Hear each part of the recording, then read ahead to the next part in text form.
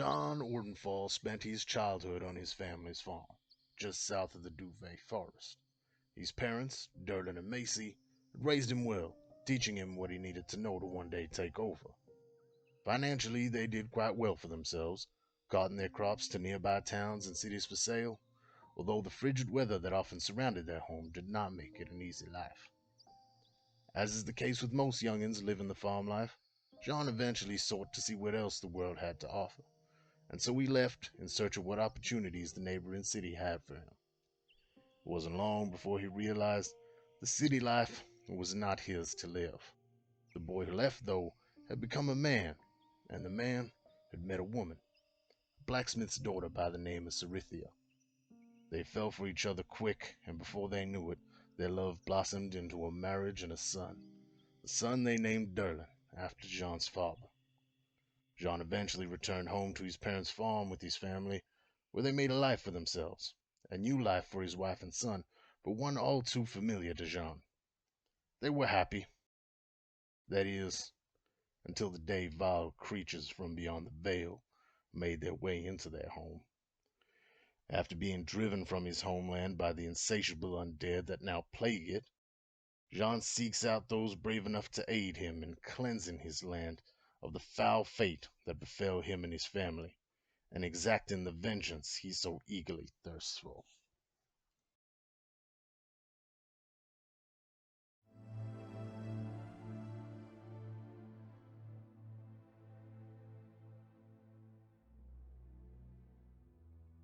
As a young child, Celeste Highcrest wouldn't have dreamed of leaving the sheltered life of luxury that she had become accustomed to.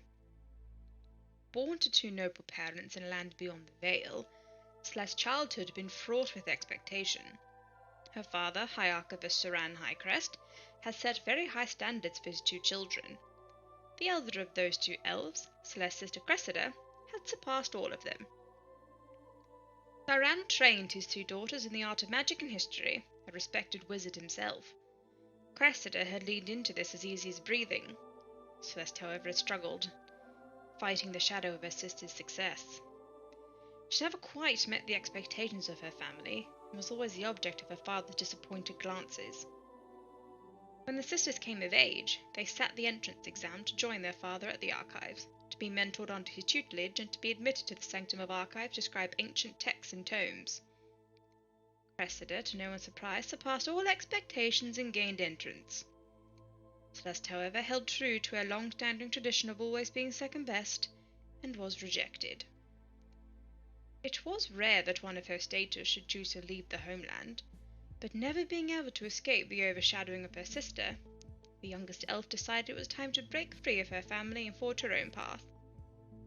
If she remained here, she would always be Cressida's sister, nothing more. But if she were to leave this place behind, perhaps she could prove herself as her own person.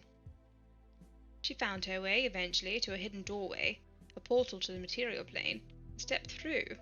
She found the world familiar, yet strange. She walked, realizing now that whatever she had left, whatever power, had been left behind her. She boarded the first ship she came across, bound for the kingdom of Quell. Celeste travelled for years, traversing oceans between continents, desperate to find something worthy enough to bring home to her family as a tribute. But eventually the news reached her. When she had crossed into this world, the doorway closed behind her, locking and leaving her stranded, with an entire universe between her and her home and family. And now, Celeste wanders and waits, desperate for answers that will lead her home again.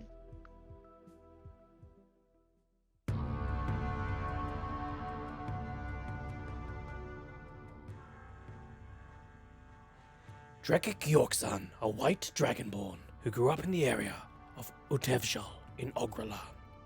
My father was the Earl of Kriegsgard. The area was heavily contested by the opposing threat from Uzan Karul and the Blood Renderer. When I was 7, our village was attacked, and my mother was lost to us. My father, disappointed in my lack of strength and unable to care for me, gave me to the priests. They raised me and taught me the ways of the gods. It was here I studied the best I could, but as I stared for hours over books and scrolls, the markings could never seem to make sense.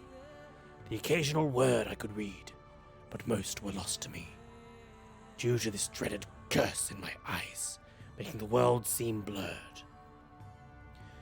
It was only through listening and paying attention to the prayers and the ways of the priests that I was able to memorize the ways, without ever needing to learn to read properly.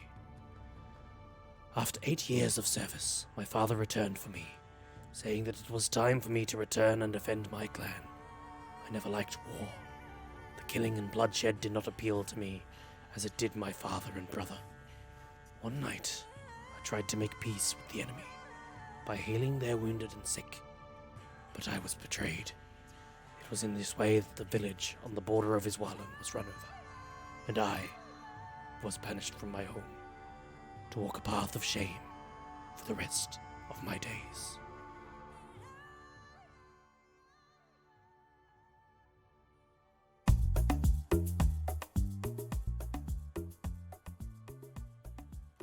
Hello. You're a cheeky looking fella. What are you up to? Oh, I think you must be a sheep. Come join us by the fire. I got a friend here. He's a fox. Yeah. Have some of that. Oh, that looks yum. My name's Ingwe.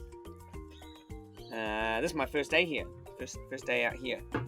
Yeah, fox. Nice. Yeah, my tribe, we tell the stories of the world. And when we're old enough, like me, ready, they reckon, we head out into the world and go on a quest, adventure. Well, that's what I want to do. I want to do a quest or adventure. Some people just, like hang with people and listen to their stories. But I think I want to do something exciting. That's my plan anyway. But you never know what's going to happen. I mean, I've lived 300 moons, but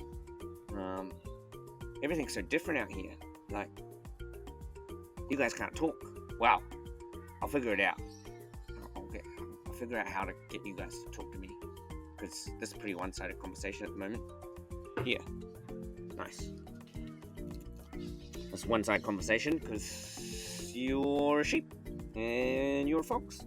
Anyway, so as I was saying, we head out into the world and try and find some stories and try and meet some people. Some people like you could be the people, although you're pretty quiet. You could be the people that I meet and take back, and you can hang with me and my tribe, and we can tell stories. It's about a fire, Does that sound like a good idea? No, you probably already have someone to hang with. Oh well. Well, you're friendly enough as it is. So, the other thing we got to find is, we've got to get a scar. Some people have, like, emotional scars, but, you know what, I'm real keen to, like, get a cool one, like, on my shoulder, maybe, like a leg scar. Yeah, that'd be good. And then, see how we're going. The magic out here is weird. They did say that it'd be hard. Must be back home, must be the, the elders. They're pretty tight, those guys. Have to be pretty firm on the rules. So I'm pretty keen to come out here and try some different things. We're allowed to do whatever we want out here in the world. Just whatever takes our fancy. And then be ready when we go home to, be all tight like the elders and follow the rules. Be pretty lawful, be good, that sort of thing. Well, it's been nice chatting to you. Come closer. That's alright. Nice and safe by the fire.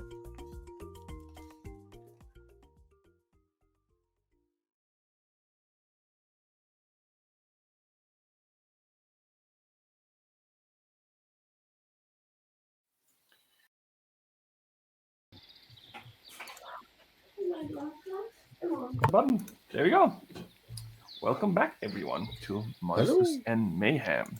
Don't know why my camera is a little bit funny, but it's always like that, it seems. Anyway, welcome back once again. Just a few announcements before we start. We still have a wonderful giveaway going on at the moment where you can win some cool minis. You can win some stickers. There's some not badges, what are they called? Pins. And some dice, starter set, essential set, kit, and some more stuff maybe. To win that, you do need to follow us on the wonderful Twitch, and you need to go to our Discord, and then you join our Discord, and then we have a special channel just for the giveaway as well, where you can give a thumbs up or dragons or whatever emoji you want to add there. Pretty simple. That's all we really need. And you can also just hang out with Discord because we have a lot of fun there. Every Tuesday night we play funny games together, mostly Fall Guys. I don't know what I'm doing in the game, but I'm sure that someone will join just to tell me what I need to be doing right. And we have pictures of food, a whole Instagram page almost just with food. And then we have a whole bunch of pets. So if you have any cool pets, or if you consider yourself a pet, then you can post photos of yourself or your pets in the specific one. Or which is cool. And you can play D&D with us. Anyway, I think that's enough for the announcement for today. But we will have a little segment in the middle where you can learn more about the giveaway as well, where the lovely Sharok will inform us like he was a master chef connoisseur of information.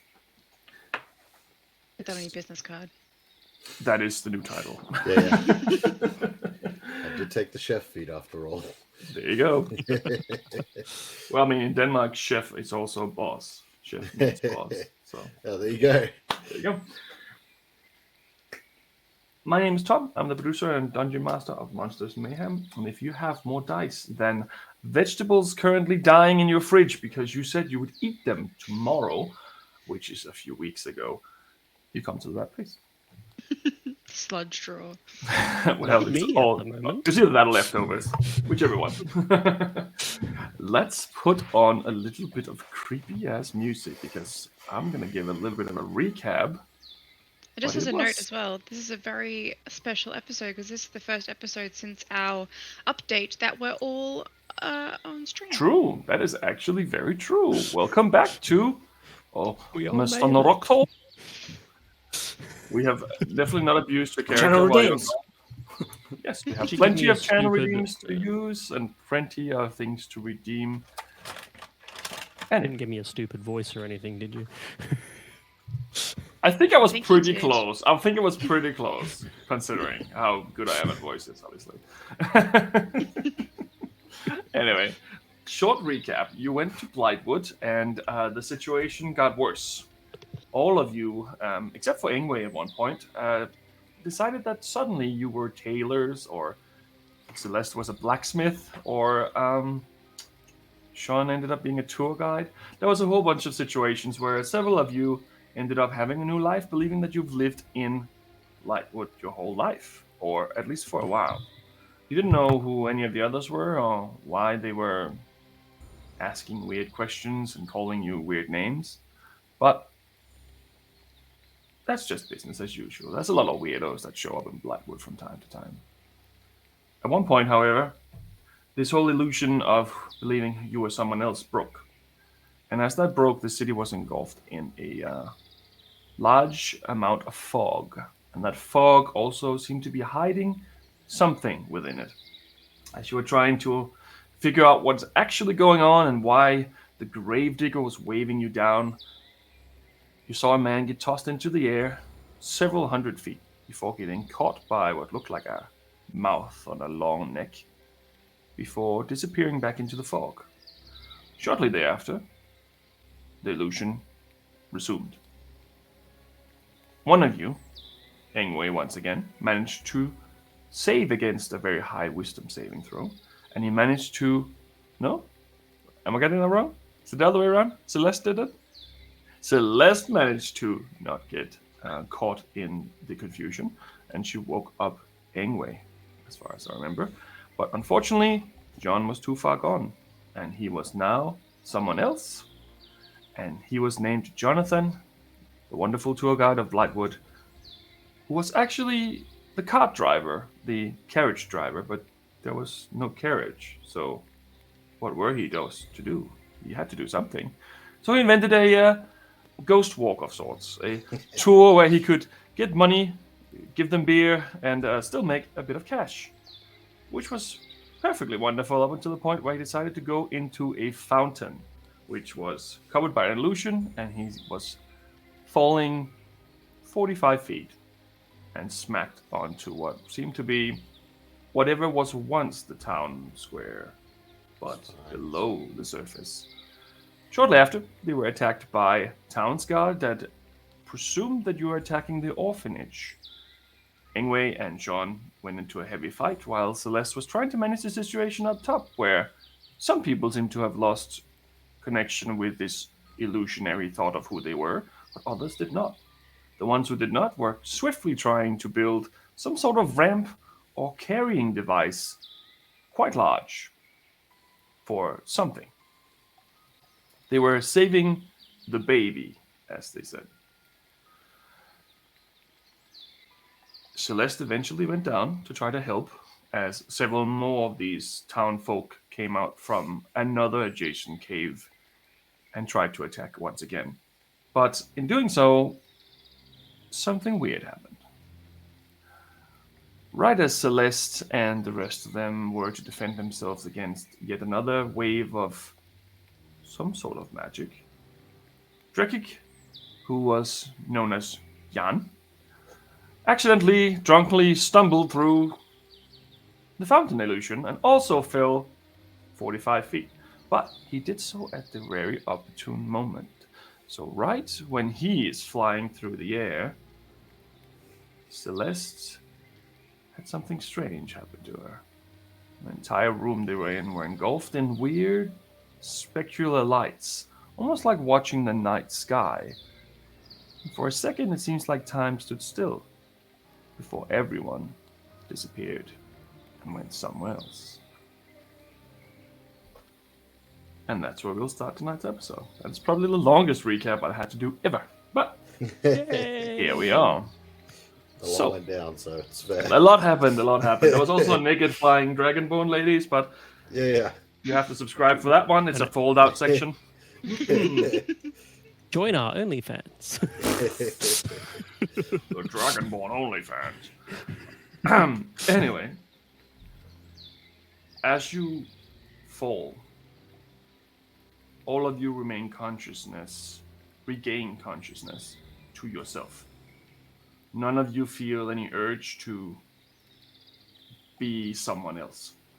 And the magic which were about to hit both Ingwe and John would have forced them to attack one another, and that aggression fades as well. It's like you're falling. It's like you're in a tunnel. You can see light within the tunnel where you are, but not outside. It seems like there's darkness on the other side of this tunnel. It takes a moment, and you all fall. I need you all to make a dexterity saving throw. Oh, gosh. Oh, yeah. My God. Oh, no. Ah! Dexterity save. Natural 20! Oh, Or a total nice of one. The 20. cat behind me. Okay. Ah! I'm very wise. Awesome. Wrong saving throw. 15. 15. And 17. 17. And Drekik. Natural 20. Right. Celeste. 21. Okay. Celeste, you land on what seems to be the roof of a building. On top of a broken building. On top this, it seems like a terracotta roofing. It seems that style, but it's black. It's been burned or something like that. It's been like that for a long, long time. In front of you is an orb. Little purple orb. Giving off energy bursts. It's covered in these hexagonal lines, and it slowly stops pulsating and fall down. Hits the roof, rolls off, and lands on the cobblestone below. Still giving off a faint light. Drekik, you land sitting on a chair. You're in a building where half of the building has been simply just completely destroyed. but you are sitting in front of a dining table and a chair. That part of the room that you're in is on the second floor, and it seems to be fairly intact, but definitely weathered. John, you fall. You almost fall off the side of the building that you land on, but you manage to grab yourself and pull yourself back. Anyway, you fall headfirst straight into a barrel full of what probably would have been rainwater, but it's not liquid. It's some sort of powder. You take 4 points of bludgeoning damage as you destroy this barrel with your body headfirst. It takes a second for you all to adjust your sight to what's going on. You just came from fairly low light, but it was day. Seems like it's night. Maybe. You're not quite sure. You look around and all you can see is this hellscape of destroyed buildings everywhere around you. The clouds above you are almost completely covering the entire horizon. And the clouds are black darkness. It's more like shadows than it is clouds. Mixed with the smog and whatever clouds might have originated there, it's almost impossible to peek through and see the sky, so it's impossible to really know. See some of these clouds form almost like a tornado-like funnel, and then they swirl around a tall building and crack it before fading back into the cloud form. See little pin pricks of creatures flying, some of them resembling very strongly to the tar harpies that you had fought previously when you met Drekik. They seem to nest in some tall buildings. One of them flies by with what looks like a dead body of a man, throws it into a nest, and they all gnaw on the bones until there's nothing left. You see larger creatures, looks like shadow dragons, flying around in the sky up high, not seeming to give too much attention to the city itself, or whatever it is you're in, but they're definitely there. You notice a few other things which are hard to miss. Off in the horizon, you can see lights coming from within the city. It seems unnatural, almost like it's flaring up and then down. It's bright orange light. Every here and there, between the holes in the buildings, you can see rivers of lava running through whatever this is everywhere, giving some sort of light to the city, which is otherwise empty and dead, as far as you can see. Further away, within this area, giant statues. But they're not statues. They're moving. Maybe 65 feet tall. These creatures look like they're made of stone. Walk around between the buildings. Eyes like glowing lava. Hands covered in magma and molten rock. Almost like a belt of fire engulfs their body and lights them up, which is... The bodies are otherwise black, completely like burned. There's one, there's two, there's few of them walking around. Some of them further off in the distance, but some of them in the city. Looks like they're patrolling. Looks like they're looking for something. Everything is covered in inches worth of ash. And the smell of sulfur and whatever else is in this place makes you almost want to vomit. It is so strong and pungent that your eyes are burning and your nose as well. What would you like to do? Looking around us, does it seem as though we are still on Epidos, or have we been, or are we elsewhere? I guess looking at the atmosphere, looking at the vegetation and the terrain and things like this. Like if we looked up, like to the sky, I know it's kind of obscured, but does it seem as though we are still on Epidos, or does it seem like as though we're elsewhere? Make a perception check with disadvantage. There is no vegetation anywhere. Everything is burned. Everything is black. It's cobblestones and broken rock. 17. It's pretty good. Trying to get your bearings. Nothing here seems familiar. Everything seems just destroyed. It looks like this has happened a long time ago. And then there's a hole in the clouds. You can peek through for a second and you can see the moons. All 4 of them. But different. The purple moon has a crater in the middle, and you can see straight through it. The green moon, which Ingwe would know is what it's called. The purple moon is known as Baradoxa, and the green moon is known as Lorax. Lorax has a big chunk of it missing. The other 2 moons seem as usual, and you assume that you're probably still on Epidos.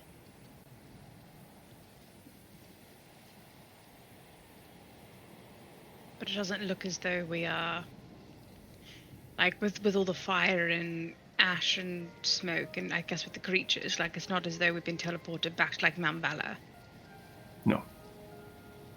This is a big city. This is kilometers worth of broken, ruined buildings. If you didn't know any better, you would probably think that you were in Gratford right now. But it doesn't feel the same. Is there anything about the structures that looks familiar, like the architecture or anything like that? Make an investigation check with disadvantage. Does Drakic know he's Drakic? Yes, Okay. but you don't have your gear. Okay, that's fine. Whopping 4. 4. I mean, the architecture and such kind of looks like it's probably human, but a little hard to see. Some of this has been destroyed so much that the majority of the actual architecture is pretty much gone.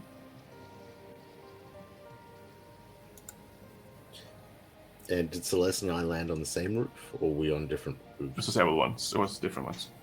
Different ones. Okay. Cool. Yes. Can we see each other? Like, is there, like, or do we look like we're isolated? No, you're within reach of each other. You're like maybe 25 to 40 feet away from each other on different roofs. You're all kind of plumped in the same section. I'm going But to did- See that wherever everyone went, Drakic see them land from his seat. Yeah, there's a few rubble stones that you can use to walk down. It's not too tricky. to try and make my way down from the roof and go over towards where that orb is. That kind of fell. And Still just whoom, whoom, but not pulsating as it was before. going to pick it up. Right. As you pick it up, you feel warmth coming off it. And you see magic emanating from it, starting to spread. It looks similar to what the cave in it looked like when you were moved. Looks like it's almost projecting the night sky around it. It does that for a little bit, and then woof, it fizzles down. Is it still pulsating, or is it? Still pulsating very, very faintly. Right. Going to put it into my bag. And then see if I can find the others. But Hello. Whoa. Anyway, Where are we? we might want Hello? to keep our voices down. We may not want to draw too much attention to ourselves. Hey guys, where are my things? Drakic. And where are we? And what happened? So you can actually remember everything that happened, Drekik. Okay. Even when you were believing you were someone else.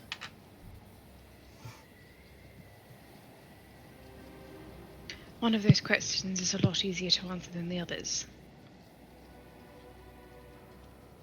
Can we go get my things? I think I've got... Have I got them? They're in my bag, right?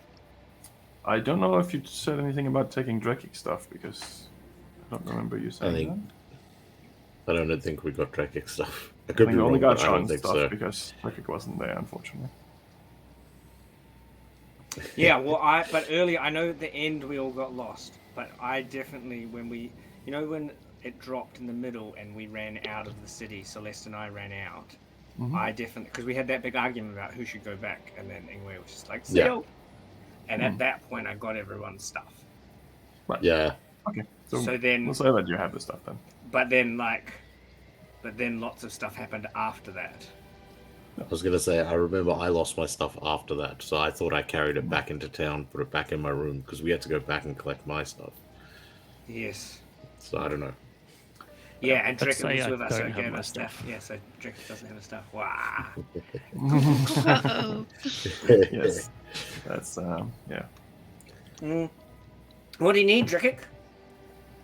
I've got... You carry a sword, right? I've got a sword. And I will hand him a dagger. Right. Thanks. I guess this'll do for I've now. got, I've got my old armor here. I don't know if it would fit you, though. But my sword. I'm sorry, it all, we didn't even know where you were. I'm surprised that you're even here. We fought a dragon for that sword. We can find it. Although, I don't know if we... You know how we're not allowed to change planes? It kind of feels like... Oh, that's that... Are we like on the moons? Why do the moons look funny? I think we're on a moon. No, we're not on a moon. Yeah, I we think can we're see all four of them here. Though they do look different. I don't remember either of them having a giant hole in the middle of them. But I think we have more pressing things to worry about. And she'll kind of point towards the shadowy dragons flying in the sky and like the giant 65 feet stone men. We probably don't want to be found by them. That's why Are you both all right? I know that what was happening down there? Up top, it was a whole affair. There was the normal townsfolk thought we were destroying an orphanage and attacked us, and then we fought them. Hang on a second. I pull out ashes from a burnt leaf of mistletoe and a little sprig of spruce, and just kind of and the shadows gathered around everyone. Because I cast Pass Without a Trace. Okay, noted. Jean is still up on his roof. He's taking the opportunity to take a spy and have a look. I want to have a look as far as I can using this height to see if I can spot any other structures beyond the parameters of these ruins. Like other towns, maybe in the far distance, or particular landmarks, like maybe there's big mountains in a particular range that might be, I don't know, drawing the eye or something. Well, you can make a perception check with disadvantage. Oh, double fives, but my perception's decent. Woo! 11. Okay. All you see as far as your eye can meet is just destroyed buildings of various types. You get the feeling that if it wasn't covered in smog and these shadowy clouds, you might be able to see more, but currently everything is just low visibility. It's currently... Seems like it's snowing, but it's ashes once again. Just a constant trickle of ashes from the sky. Almost reminiscent of after Mount Pelham. Very similar, actually. Okay. John will then make his way down to the group once he's got a good look at surroundings. You can see that there is a large structure in roughly the middle that has been destroyed. It seems like almost white marble. Maybe it was a tower or some sort or something like that. It seems to have been destroyed completely. Some big structure, at least, that seems to have collapsed and broken into smaller pieces. Sweet. You can see that whatever this is, there is like a almost snaky pattern of these lava rivers going everywhere within. I don't like this. How'd you all fare? Everything all right? Well, I guess. I'm fine. What you were saying about the orphanage before. People up top were saying something similar. Something about a child that needed to be protected. Is that where we are? Are we? Doesn't look like an orphanage. Though it's hard to tell what any of these buildings are. If this is an orphanage, it's pretty run down, don't you think? I do not want to meet the children if that's the case.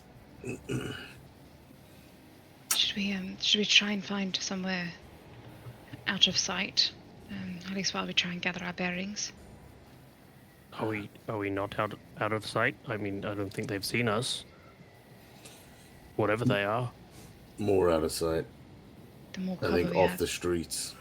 Those things are very tall. If they come even close to us, then Yeah, Could we find a less wrecked building? I'm gonna try and tread lightly down, I guess, like the street/alley, and see if we can come across a building of some sort that is not, I guess, less open to the elements than previous buildings. Right. I'm guessing you're stealthing at this point. So Just keeping low, kind of like hanging to the wall. Righty. Ash definitely works like snow and gives me my bonus, right? Is that better? Stealth -1. Okay, Oh, sorry, lucky rolling it's stealth? plus 10. Yeah, maybe we got plus 10 to stealth. 21. Oh my god, so Nice. close. Right, 28. 28 for Drake. I am not a stealthy guy, but apparently I got a 28. Because I don't have a chainmail on. Ah, I don't have disadvantage right now. Yeah, I rolled and I was like, wait, I got a disadvantage either. And what did Celeste get? 35. I rolled a natural 19 plus 6 plus 10. And Sean, what did you All get? right, plus 10. Okay, that's much better. 21 then. It's pretty good. It's a pretty good spread. Sweet. You duck and weave between these different buildings, and you see one. It looks like a house of some sort. It's kind of like a little small house. Seems to be almost not damaged. The roof itself looks like it has burn marks across the top, across the sides. Windows are broken. The doors flown off. But the building itself seems intact. Okay. DM question. I've got like a regeneration-y thing that does 1d4 every round of combat. Yes. Does it work outside of combat? as well, or like Nope. I have to have the adrenaline of combat for it to be worth? Yes, has to be in combat. In that case, I am going to drink a potion. I Go hit for it. Ingwe. He's down. Who wants to fight? Are you guys hurt? I'm doing all right. Not anymore, it would seem. Well, these potions are really good. Like, I feel like, just this little one that I've just drank, heals like a third of my health. While we're in here, I might gear up. Who tossed me Licenriol before? You wouldn't happen to have the rest of my shit by chance, would you? Oh, yes, I've got that. So we'll kind of like sit down and like put down a cloth like from my bag, like handkerchiefs, and like start like laying stuff out. Yes, here's this and here's this. Oh, thank you. It's on the street, or did you go into the building, by the way? Just so I know Oh, where into you the are. building. Oh, 100%. into, yeah. Gotcha. Okay. While you're doing this, you get a very eerie feeling. Inside. Yes. And you just peer through the door, and you see this figure floating across the street, and it looks like the Grim Reaper. Is that Just the guy passes from, by. Is that the guy from the raft? Do you reckon? Or Is it the same Grim Reaper from like the sea? No, that's Fart Death. or whatever it was? That was Death. No, that was his name. That was what he called him. So this is an actual Grim Reaper floating above with a synth. oh no. Need to be very And you can feel its presence as it leaves your area. Hey, Mr. Drakic, because you don't have any of your things, do you need anything else that I might be able to, like, lend you for a little while? Maybe. Look, I think I'm fine as far as offensive. But like, for your spells or anything, do you need any, like? Oh, I don't have my diamonds or anything, do I? Oh, wait, you don't have your stuff? Oh shit, yeah, you went around. Fuck. How? Yeah. It's magical. It fit me pretty well. I'm guessing it adjusts to the wearer, but you can use my plate if you need. Does Drakic still have his amulet with all the gods carved into it? Yes. Okay, good. I have a spell casting focus, everyone. We're all There you go. There you go. That's fine. You probably wouldn't have taken that off. You weren't that run.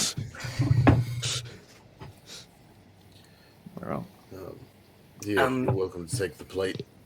I assume it adjusted, shifted a little when I put it on.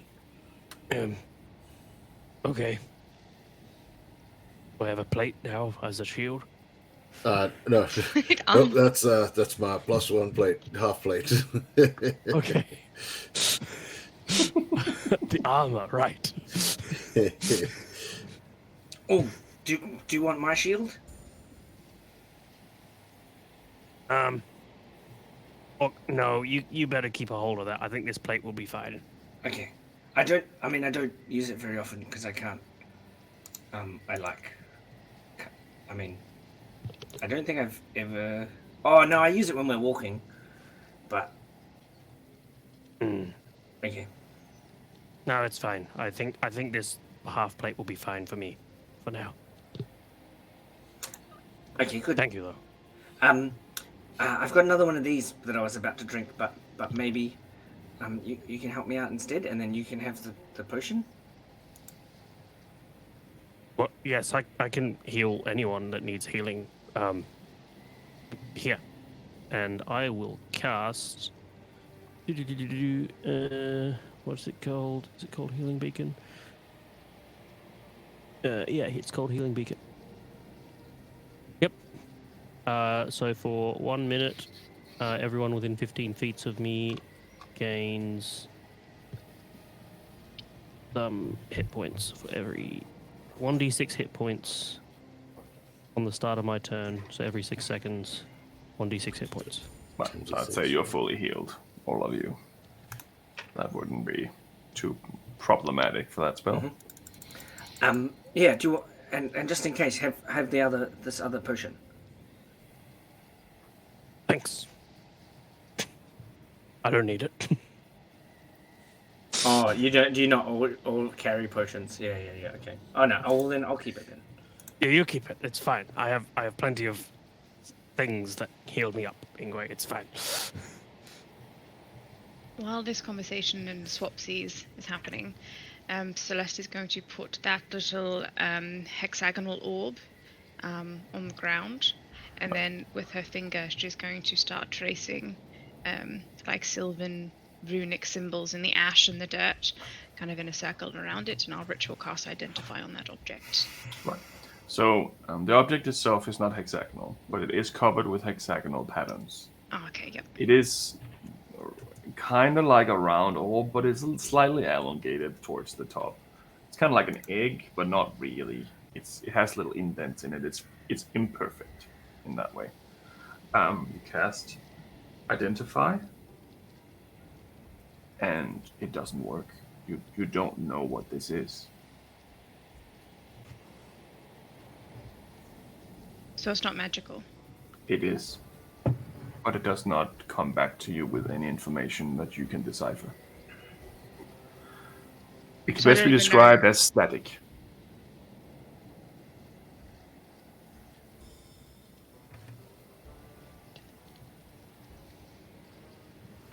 Very strange.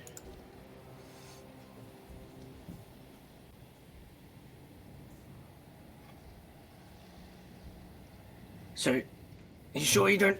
I've got coffee beans, and they're good for. I'm saw- fine. You got it? Okay, good.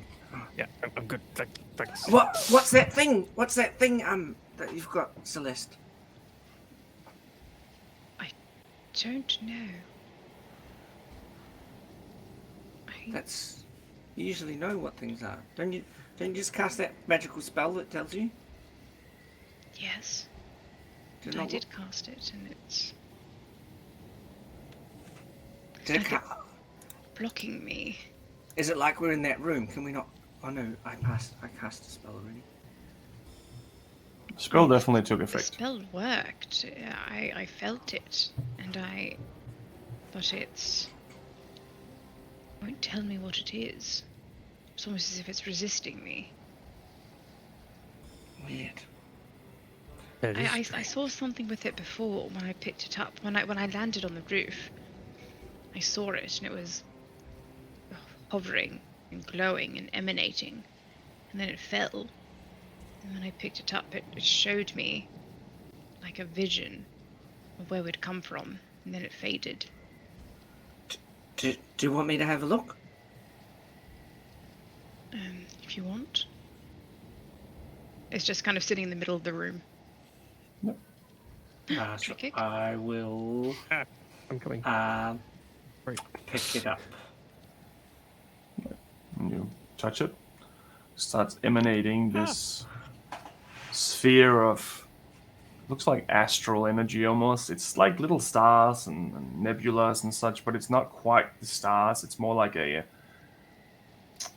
it's the same style, but not quite. It's not accurate. It's not like you can see, oh, this is a galaxy and it's just kind of a floating mess.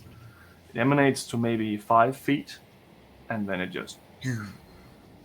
Did you see that, or was that a vision? You all saw that. No, I definitely saw that. Do I recognize so you said it looks like stars. Do I recognize any of the constellations? Make a survival or nature check. I'd say both of them can be applicable for this situation.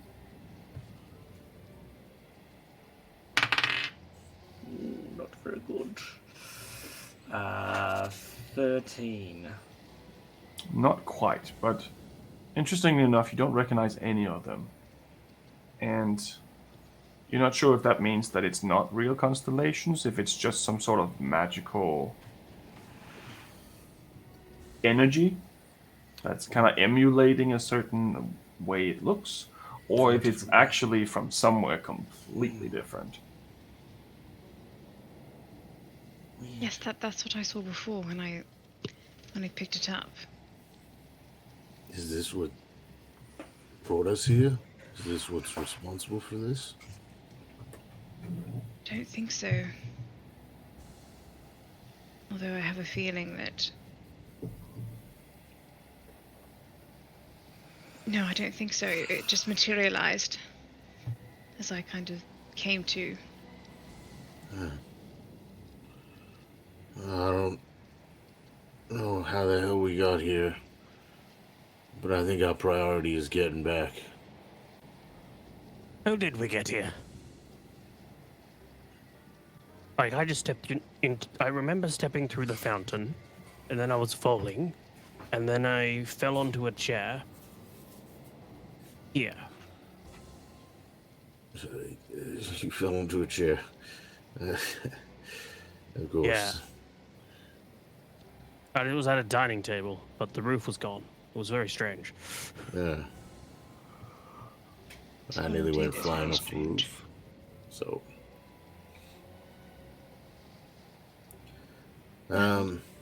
We have seen all sorts of atrocities outside, and that creature that passed before does not bode well for wherever we are.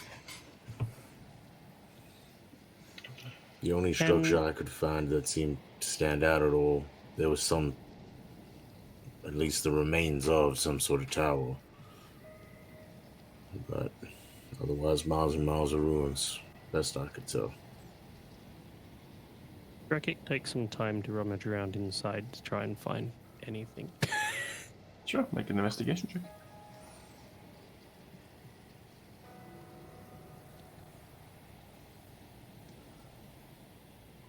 Oh, 6. The building itself is not a very large building. It's one of those small Tudor house style buildings, and there's some drawers and such. It looks like most of this has been pillaged or raided already. There's a few things, like there's a family portrait that's been painted of a family with one child, a young girl, human. There's some papers. One of them is a deed to the house.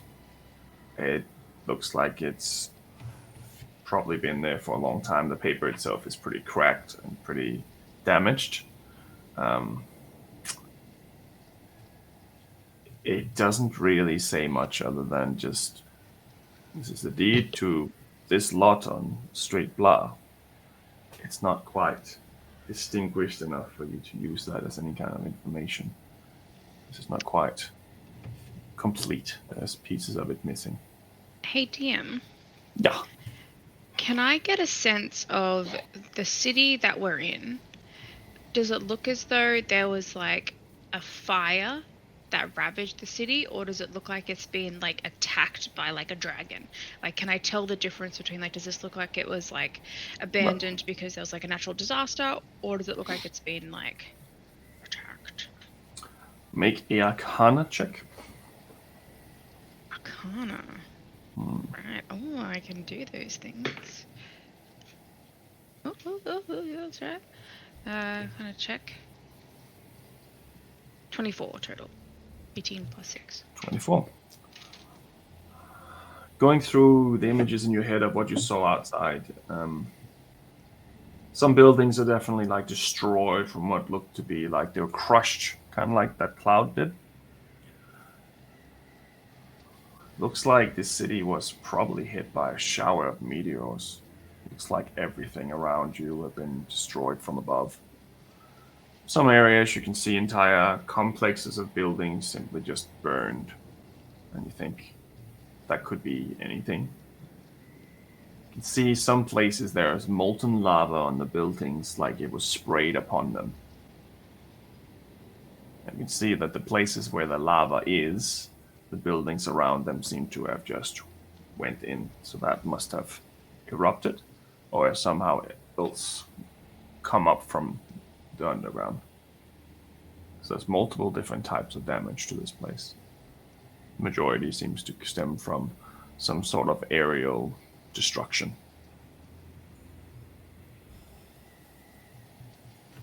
Great. Maybe the same thing that punched a hole in the moon. There's a hole in the moon? Maybe we should ask one of the locals. What happened? I don't know if... Well, I haven't seen anyone that I'd be interested in talking to. I did see that ghostly spectral, figure of death, and then shadowy dragons and 65-foot tall stone giants. Maybe something. Maybe I can look out and see one of them that doesn't look so scary. Can I peek out the door and see if I can see any creatures? Right, make a perception check. Disadvantage. Ooh. 18? Okay. Stand there for a little bit and you look, and every now and then you see some of these harpies fly above. Some of them carrying dead people, some of them carrying half bodies. It's not really a lot of life here, but then you catch a little glimpse. You see what looks like a young boy running across one of the streets, hiding behind the rubble, and then dart into an alleyway. It looks like he's running from something. We just said we don't want to meet the children in this orphanage.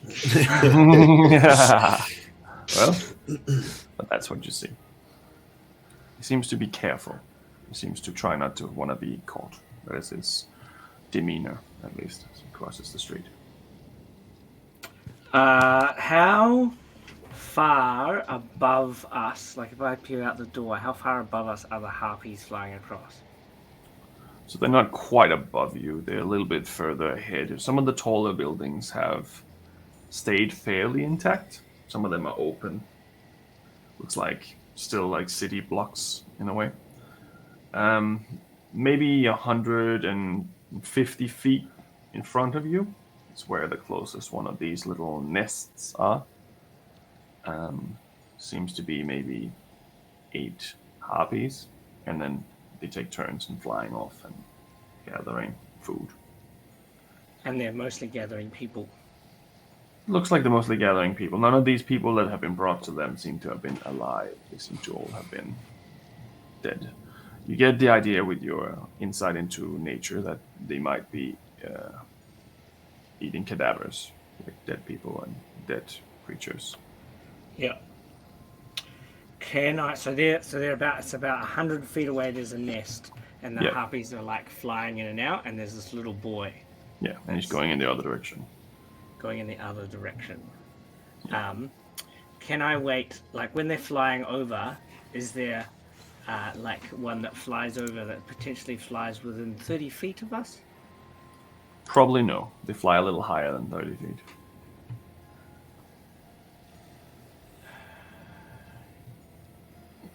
Maybe 60 feet in the air, the lowest that you can see. Well, there's that ghost creature, there's the harpies, and there's the little boy that's running away from the harpies or hiding. Do you reckon it? Hey, a little boy, or? Looks like it. Well, looked like it. Can I see him still? No, he darted into an alley a little bit further down, so you can't see him anymore. He went. There was a little boy, and he was watching out when the harpy came. He ducked, and then he like darted into an alley. There's a child out there? I think so. Don't like this. No. Fuck. Also, like, no living things. There's no, like, plants, no, like, ants. Nothing no, like... organic material is alive out there. Everything that you see, even the lightest remnants of grass, is burned to paper, thin ash. There's lots of cobblestone and broken cobblestone, but nothing of nature. You do see trees here and there that have long been burned to a crisp. Sean closes his eyes and is going to focus internally just to see if he can feel Lily's presence at all. Don't worry, Sean. I'm still right here, wherever this is. Aren't we fortunate? All right, well, that Lily doesn't know where we are either. I thought maybe I could help get an idea if that was an actual child or if everything here is something else. You reckon Vortex might know? Look, Maybe. I feel as though we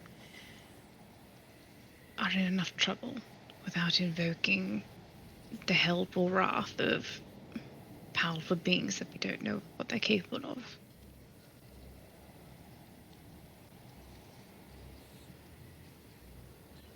You reckon Vortex might know?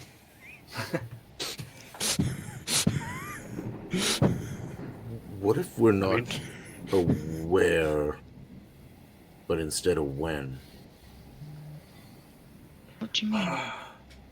Like You in the said there was future. a hole in the moon, right? Right? There's, well, two of them, actually. I don't remember the moon being like that. No. Does Drakik's tattoo look the same? It looks faded. Almost like it's been a normal tattoo and it's been 50 years or something like that since you had it tattooed. Before it had a bit of a vibrance to it. It was like almost like pitch black. But now it looks like a faded ordinary tattoo. Is that just Drakik's tattoo or all the tattoos? Drakik's tattoo. Yours, that one, still looks the same. In fact, Oh, okay. it's grown. That's the one I was talking about, so. And at this point, it looks like it's complete. What? What the fuck? And then there's a lightning strike when I say that. Yeah. There you go. Sure, that wasn't bad. Sure. I didn't click it this time. Guys, You can see a very distinct line going down where your tattoo ends and someone else's could begin. Oh my god. guys. Something's up with the maze What on our maze? wrists. Oh.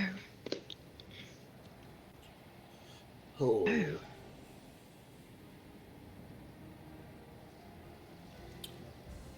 Also, I'm still chosen of the gods, but they seem to like be sleeping a lot.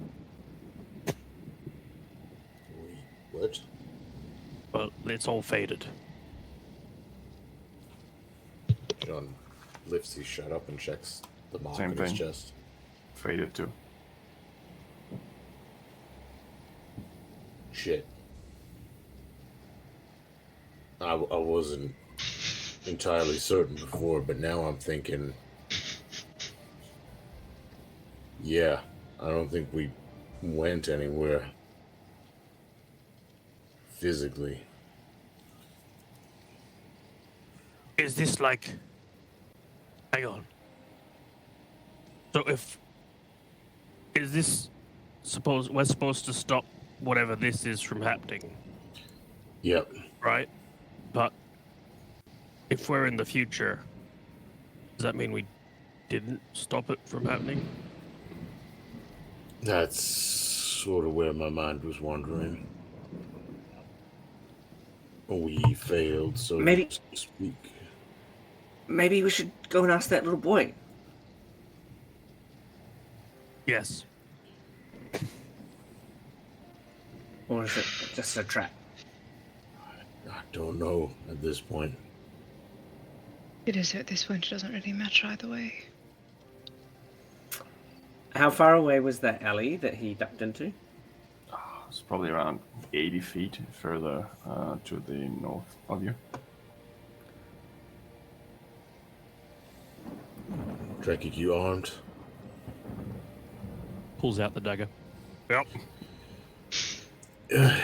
Yeah. I don't know if it's your style, but I got a bow if you want.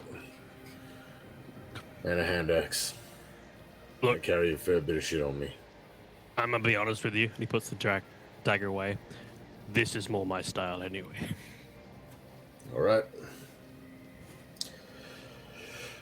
Well, I guess we're armed. We're equipped. I don't see any other options, and I think the longer we wait, the worse things could get. I think we go track down that kid. Stick to the shadows. Hey, DM, Yes. does Celeste get the sense that this was her doing?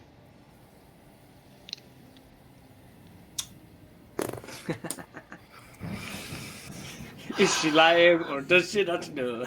You did feel a strange sensation in your body when this happened, but you're not quite sure if that was because some spell was cast on you or you resisted some kind of magical nature or if this came from you. It's hard to tell. Cool. Right. And she'll start just gathering up the handkerchief and everything. How did we go forward in time so far? Don't know. Last I remember, I was in a hole trying to knock out people who didn't know who they were. Suddenly, my tension spun. I felt my mind twisted, and I wanted to hit anyway. And then we're here. To be perfectly frank with you, this is just on the list of the top 5 of the strange things that have happened to us in the past week. I mean, I somehow feel this one's number 1 for me. Hey, question. Before we should chase after the boy, yes? Soon. But also, should we link arms? See what this thing is? I got rope. Oh, We could tie our belts together. No, we're talking about this the tattoo. Oh. I thought to wander out in case. Not Yellow Brick Road style, John. Yep.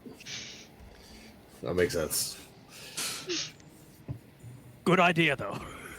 I mean, we probably don't want to split up out there. Right. Put our arms in. Earth does it look like? The powers combined. It takes a little bit of wiggling back and forth before you kind of get the gist of it. So you kind of have to have 2 people facing 2 people. And then if you put your arm in, one by one they link up. It seems to be revealing a large map of a labyrinth. Some rooms seem to have little icons on them, little marks. Some have skulls. Some have X's. Some have strange symbols. You're not quite sure what's supposed to be at this point, but it seems like there's more than just a labyrinth in the grander weave of things. And in the middle, you see a image of a book. Just for my reference, what is the year that we last remember it being? 937, I believe. 937, I believe, is the year that you are in. Right, thank you. Well, Feywild's on the Chinese calendar, so that's like 5,000. should we take some time to copy this down? In case whatever's brought us here like zaps us back, or should we chase that boy? Maybe if I sit outside and see if I can see anyone else go past, or if any of those harpies travel close, then I could ask them to come and talk to us. And by ask them, I mean make them come and talk to us and be friendly to us. Like, cast a spell on them too. Let's go see if we can find that boy before he gets too far away. I don't like the idea of talking to any harpy. And the cup being down thing didn't work out so well last time. Why? Remember someone or something took it? Oh, so we should just remember. Okay. Which, speaking of, whose arm was the book on in the thing? In the grand scheme of things, it would have been on Angway's. Okay. Can I roll to try and, or can I try and like just take a moment to pay close attention to try and memorize, to then like try and rebuild it in my thing? If I want to rebuild the labyrinth. You can try. Do you have a photogenic memory? No. I want to. Okay. I do definitely not have a photo. I definitely don't have like a feat or anything. Right. I'm quite intelligent though. Okay. Relatively. I'll say that you definitely attempt to recall it as much as possible. Do you want me to roll or not? No. But it'll matter Okay. in the situation when you need it, that's all. Yeah, cool. Yeah, so it doesn't matter right now, because you can visualize it, but... If we're worried, I can try and just sketch it. It doesn't have to be exact, but the outlines. Or do you want to go right now? The more we wait, the more that boy is going to be harder to find. Yeah, but like if there's one boy, then there'll be others. Yeah. Looks outside. Don't know if that's necessarily true as someone who lived out in the woods by my damn self with me and my son for a year. Right, well, let's go then. I'm going to try tracking this boy. Like I could find like you know, other creatures that aren't like I could like find boys. Or Remember what he looked like? Can't you find rabbits. him? He just had like mismatched clothes. Most of it was brown, grayish, covered in dirt and scratches. Looked like whatever he could find. Way too big for him. Yeah, actually I could do that. But I would stop the shadows from coming around us. Well, let me try track him first. I've done hunting once or twice in my lifetime, so let's try. May I aid Drekik, also being a hunter-trapper type? Yes, you can either roll individually or you can have advantage for one of you. That's up to you. I'd say that it sounds like you probably should roll individually. Individually? Cool. Yeah, I'd say you probably should roll individually then. Sweet, sweet. You have two different 20. methods, I'm sure. 20. Nice. 23. 23. Nicer. I have a +6. I have a Being +7. both of you pretty skilled in the art of survival, I'm guessing that you're leaving the house to do so. You go to the location of where Ingwe has pointed out that the boy was, and you can see the footprints quite clearly from your keen sight. We're quietly And doing you this. can, yes, you still have your stealth, you still have all of that. You're following the footprints, and you can see that he is taking cover every now and then behind something. It's easy to see from the way that his footprints align. You follow him, and after a few minutes, you can hear talking a little further down. You can see the boy is talking to an older man who looks like a human man in maybe his 80s. Also wearing similar mismatched clothes that doesn't necessarily seem to be extremely functional, except for keeping someone warm. And maybe some camouflage, because it is gray and browns.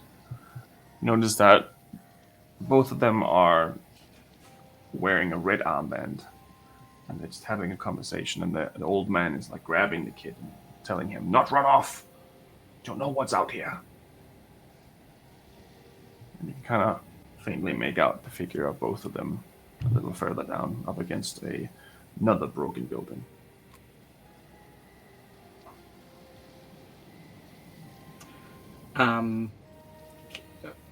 Can we try and sneak up to within 30 feet of them? You can certainly try. So, because you're moving into his or their area, I need you all to make another stealth check. And it's not been an hour yet, so you still have that thing as well. 28. If you put on John's armor, remember it's disadvantage. If you did. Oh, I did put on John's armor. Yeah, okay, it would be... Hang on. 20. 15! Very well.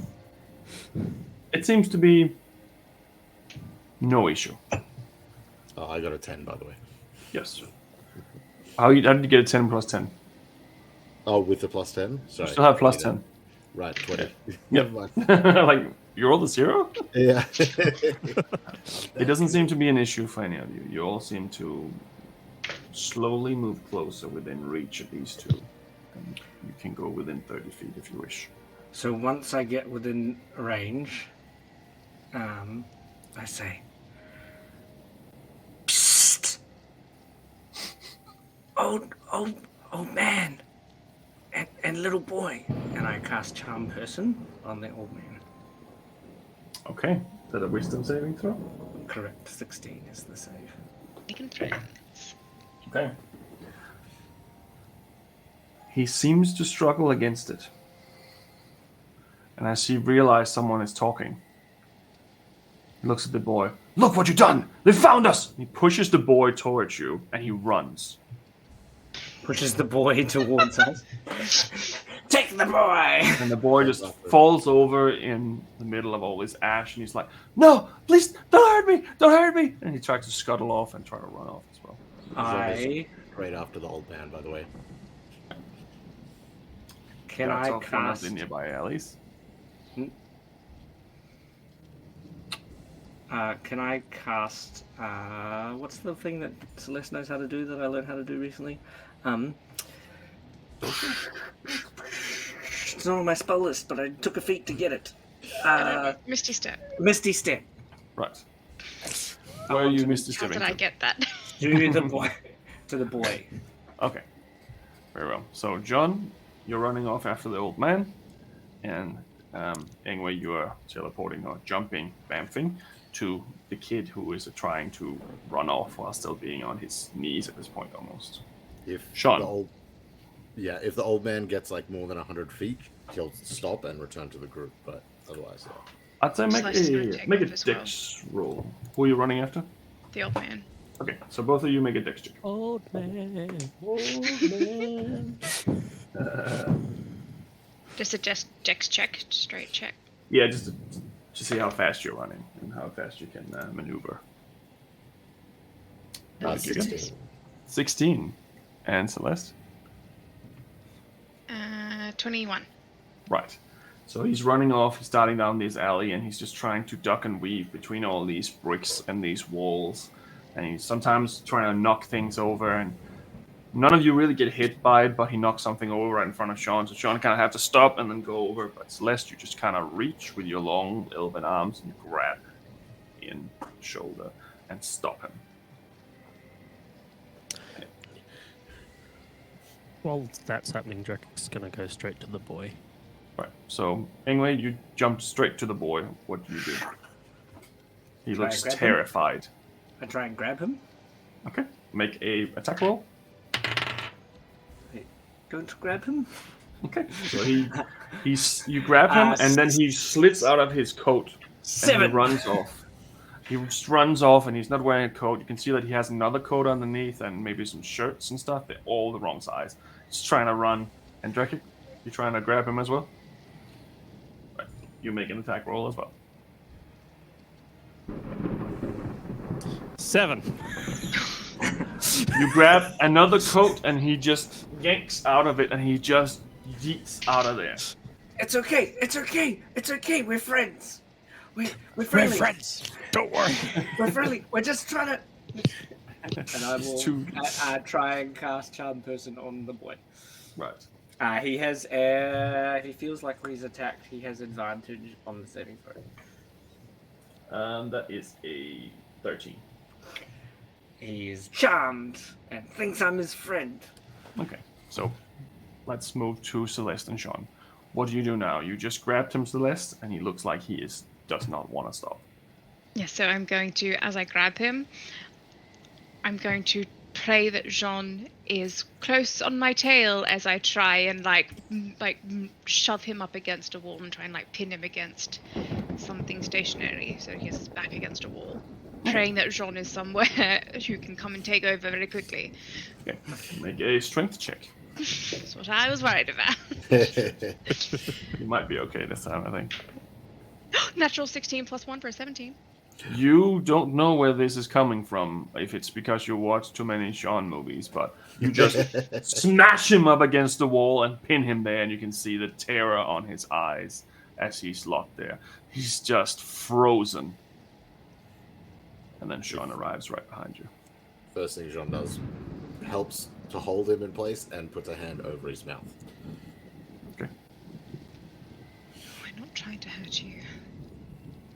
Just want Jesus. to know. Looking back and forth between you.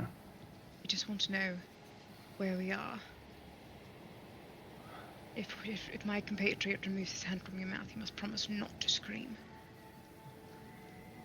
Not if you agree.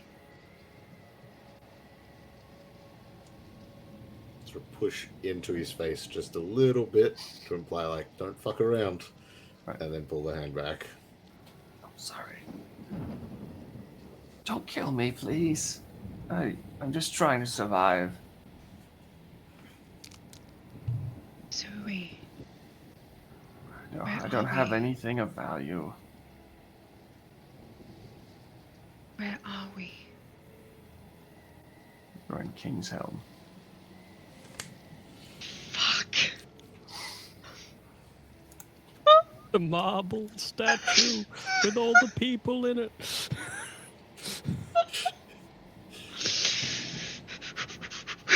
Just keep composure. Keep composure. Why does it matter where you are? It's all gone. There's What nothing happened here. here? I don't know. I was having a normal day, and then the shadows came and they killed the sun. Everything just started burning. I only survived because I hid in a basement. Everyone died. Everywhere. How long ago was this? I don't know. 15 years. I've been living like this ever since. These creatures say are walking around 15 and or killing 50? us. You didn't hear that. Oh, sorry. But I will ask for clarification as I take the note. 15 years. 15, 1-5. 15. 15 years. In what year did the shadow swallow the sun?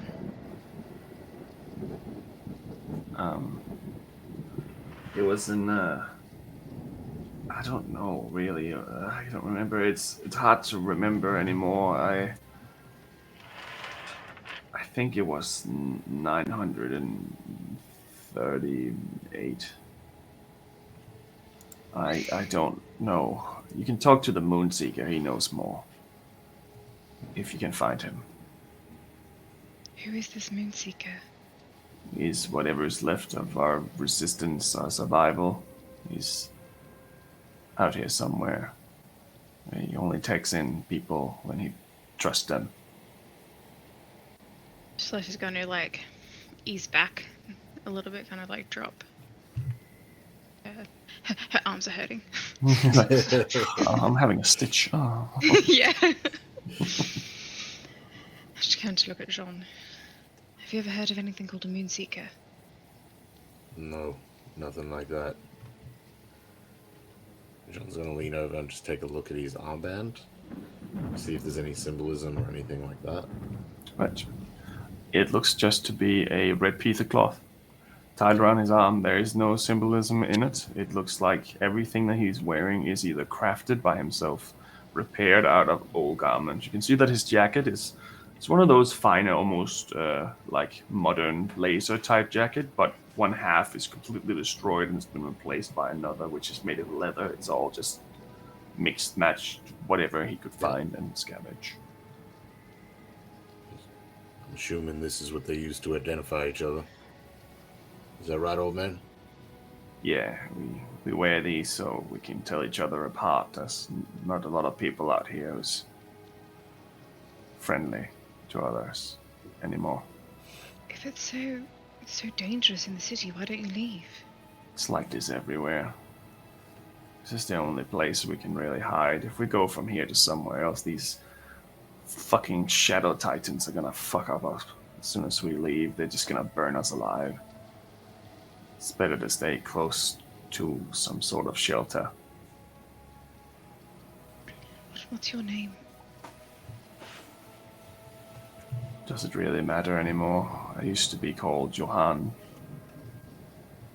I used to be a tailor. I used to have a life. And you always lived here, Johann. Yeah, I have. Look. You don't know how we ended up here. But we have friends. They may have questions for you. Well, we don't want to hurt you. We're just trying to figure out what happened. Do you have any food? Absolutely. You see that his eyes are like almost like tearing up with the idea of food. We have food and water. Okay. Okay. I'll come with you. Who is that boy? It's Robin. He's just some kid. He's not being very careful. Well, thanks to Robin is how we found you, but don't take it out. No, don't take it out on him. Sorry, we're just all trying to survive. You don't get anything out of You don't get anything out of sacrificing anything anymore. Just no one was gonna do the same. You lose your humanity in the process. I don't know anymore. I'm struggling a lot. Just quietly. Take it back. Does he appear human as well? Yeah, he's human. Just like tall, langly kind of guy. You can see little white hair, white beard. Yeah. It's pretty worn. You can see that. Normally you would say that his face is sun damaged, but it's more burn marks and that kind of thing. Looks like whatever happened when this happened would have been very powerful and very deadly for a lot of people. And he was one of the few survivors who were lucky enough to not die from his injuries. Jean sort of goes, I mean, I ain't letting go of you till we get back to the rest of the group. And next time you want to run, maybe consider that you got a handful of years left. That boy could be an answer to the renewal of the people here. Yeah, I know what you're saying, but if you know many times I've seen a kid get everyone killed. Everyone. I've seen entire families go up in smoke, literally. So instead, someone boy killed. Well, and it's only one. If I get killed because I do something stupid, then that's on me. I don't know. If you were trying to kill both of us, you would have killed both of us because you let your right to me. It's the survival of the fittest out here. You're right. He would have ran away too. Water. Come on. And I grab him by the scruff and shove him along. Right. In the meanwhile, you have now cast the spell Friend on the kid, and he stops running. I actually cast Charm Person. Charm Person, Right, yeah. yeah, sure. I think that's the... Here, look, I just... Here, eat this. They're good. What are you giving him? Oh, like some rations. He just jams it in his mouth as fast as he can, and he just starts coughing because he's eating it so fast. And he looks around and he can't see any danger, and he just keeps eating and eating and eating and eating. Here, duck in here. Let's hide here for a moment while they go and find your dad. Was that your dad? No, it's just some man. I only got here today, so I don't really know what's going on, and I tried to catch up with you to figure it out. How are you so clean? Yeah, I only got here today. Where I came from, there was trees and stuff. It's like This is pretty depressing. intently in all of your equipment, both your Drekix and all your gear, and he's like, I've never seen anyone so rich. Here, I've got a present for you. I'll put like some little seeds in his hand, and then like make them open and start to grow. He immediately puts them in his mouth and eats them. Do I have more? Yeah. Maybe, if you there's no sunlight, they'll die anyway. And then I'll pull out something that's like a stone, that he can't eat, to try and like give him a thing that I can remember. I have plenty of stones already. That like it's nothing else. This is a magic stone. It'll bring you luck. Hold on to it. Okay. Puts it in his and food. And food. You're more likely to find food with the stone. Here you go, ready? And I'll just like keep feeding him as we're talking. So puts on both his jackets again as well.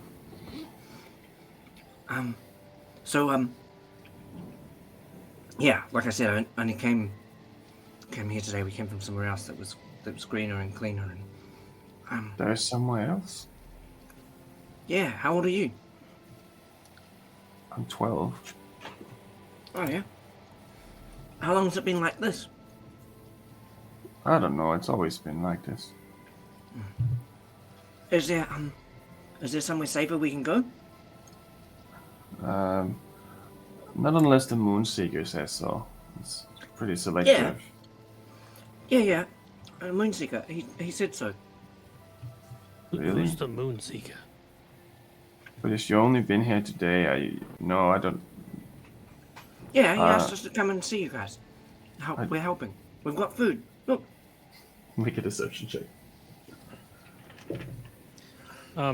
Is there any containers or barrels around that seem intact enough to hold water? Yeah. There's probably some you can find, some buckets and stuff. Can I cast Create Food and Water? You can. And fill the buckets up with water and dump like 45 pounds of food on the ground? He just digs in immediately and just continues to eat.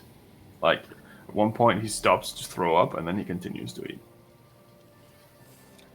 Do I have advantage because he's my friend? Because he's charmed by me? Sure. It doesn't say that in the spell, but not helpful. They're both the same roll. Right, what'd you do? 15. Okay. He seems to believe you, but he also seems to not understand. Do you not know where to go? I don't know where to go.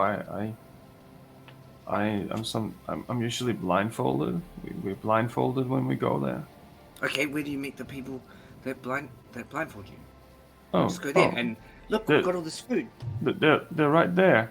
And you turn around and there's a guy with a bow right in front of you. Let the kid go, or I'll make you into a sweater. I'm not holding the kid. How? Drop the spell. What spell? We can play this shadow the hard spell? way. Which spell do you want me to drop? The shadowy one? I don't know if I can drop the spell. I can't. I can drop the shadow spell, and I drop the Pass without trace. pass without a trace. But charmed person's not a black. He's just a friend. He's just. It's not like I can control him. I still have to roll. That's fair. So you two come around the corner with this man, and you see this individual standing maybe 40 feet away from Ingwe with a bow aiming at his face. And he looks like he's covered in similar clothing, mostly leathers.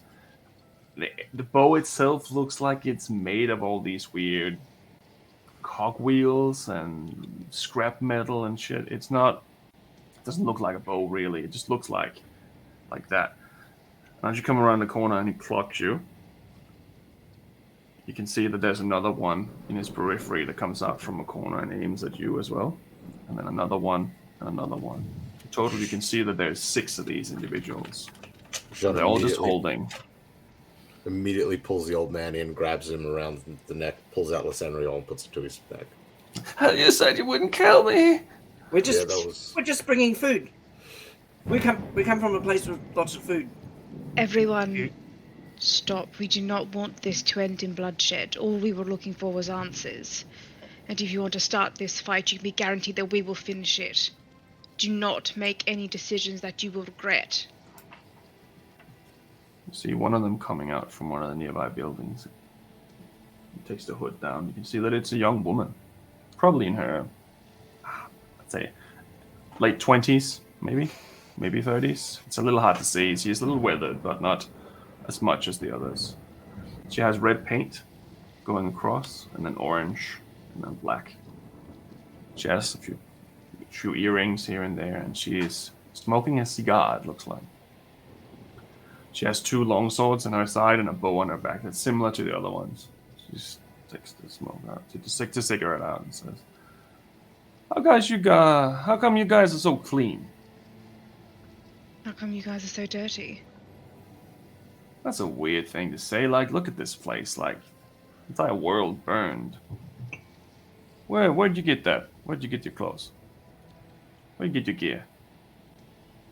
From whom? I only put them on yesterday, I think. Put yours on this morning. I put it on this morning. I got out of bed, put it on, and fell from a fountain, and now I'm here. So... Trying to be funny? No. Look. Do you want some water? Sends one of the guys over to check it. Celeste is going to look towards Ingwe. Towards Ingwe and trying to catch his eye. And then she's going to kind of turn a little bit, try and hide her mouth. And she's just going to say, "We're in Kingshelm." And she'll cast message. But We're in Kingshelm? This doesn't look like Kingshelm. what's wrong with these guys? The guy comes over and he checks the water, and you can see that he's doing something, and he's like, "It's clean." Well, of course it's clean. I just made it. Nice trick, and he just scoops up a little bit. There's Definitely fine. There's enough for 15 of you. I'm sure there's plenty to go around. See that? That's a nice trick. Where are you guys from? That's a very difficult question to answer. It's pretty simple. It's pretty straightforward. Where are you coming from? We were in the forest, and before that we were up north by the snow, and then we were in Kingshelm, and then we were on a flying ship. Wow. Must have hit his head. I Are guess they that's all a very wearing- difficult question to answer. Are they all wearing red bands? Yes. And she's wearing 2. So the thing is, we were in this weird dream space, and then suddenly we got kind of some sort of magic happened, and then we were here. So we've only just got here, and we're trying to figure out what's going on. Understand? Obviously, there's it's clearly a dangerous place that we've arrived in, but we aren't from here or from now. Right. Can you make any more of that food? Yeah? It only lasts 24 hours, though. Does it still make you fed? Yeah. You just gotta eat it within the 24 hours. Right. Kind of scratches her blonde hair.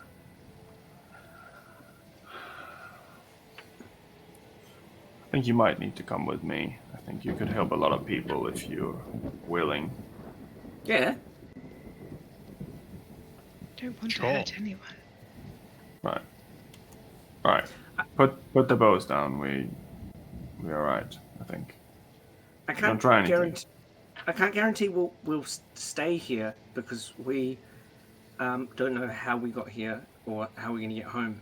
So Just if we suddenly disappear, it's not because we wanted to, it's because it just happened. Okay? Right. I mean, that's how we got here. It just happened. No offense, but I don't really care about you, but I care about what you can do. You can make food. Yeah. That is extraordinary. Oh, Jean's here as chef. He can cook up anything. Sean, Real good with a you're a blade. chef. Right. What's your names? You just got mine. Oh, sorry. Sean. But were we using the fake names?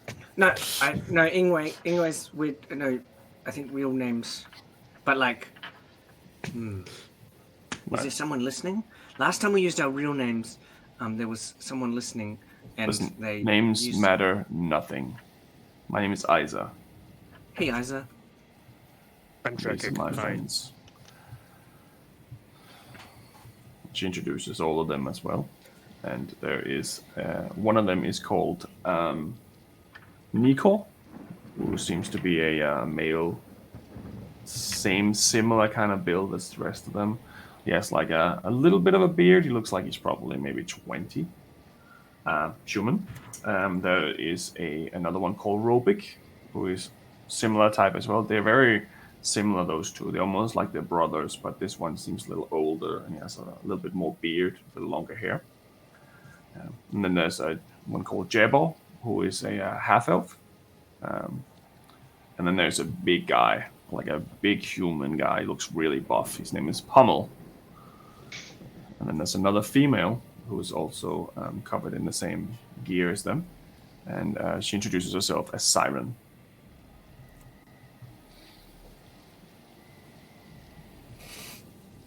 Well, if you would like to come with us, we'll let the Moonseeker assess what to do with you.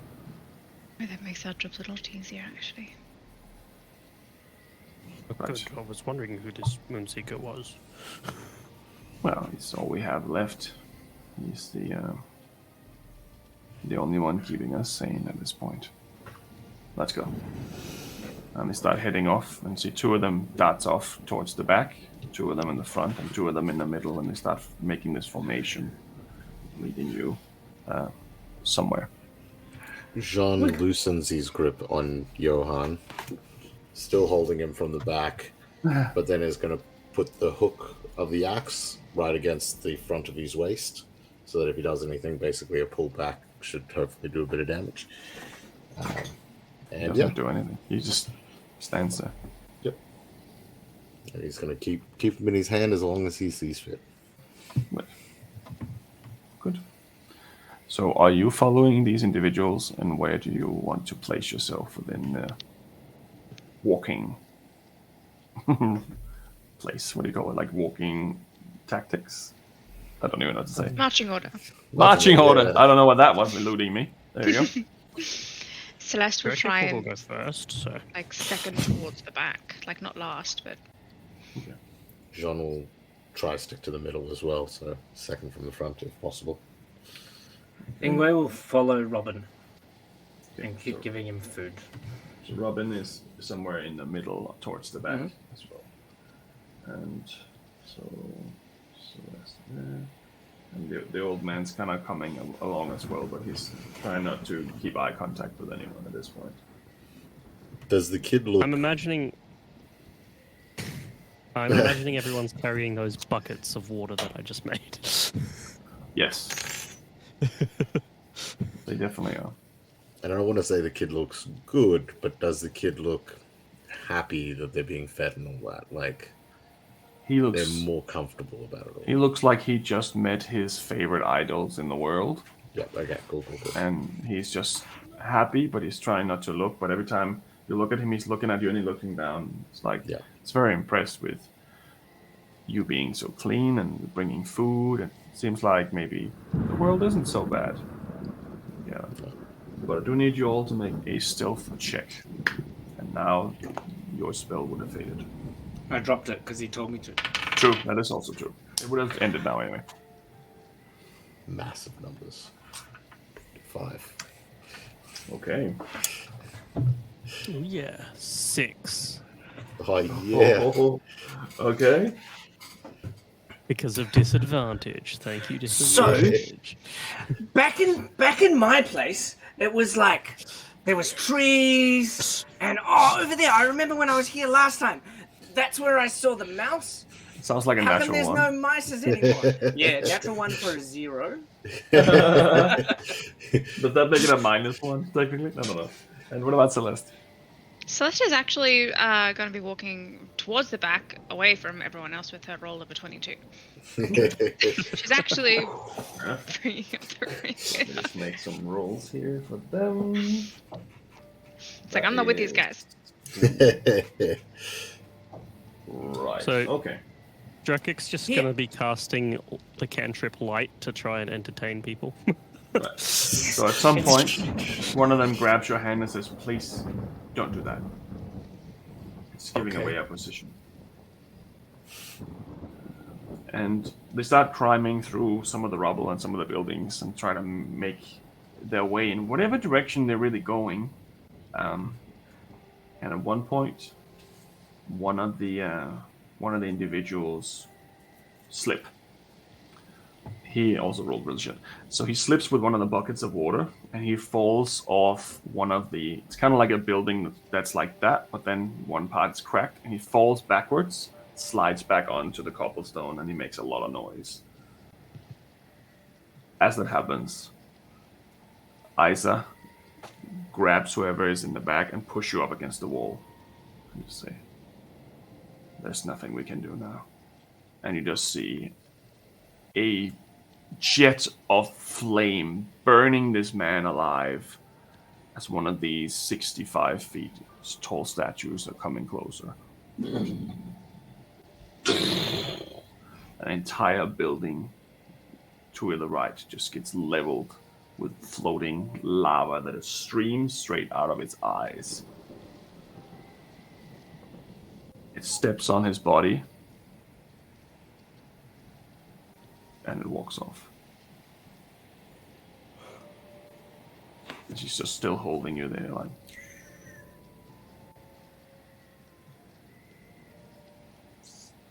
There's nothing we can do against them.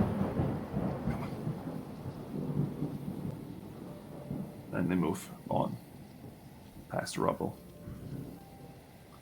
You walk for maybe 5 or 10 minutes.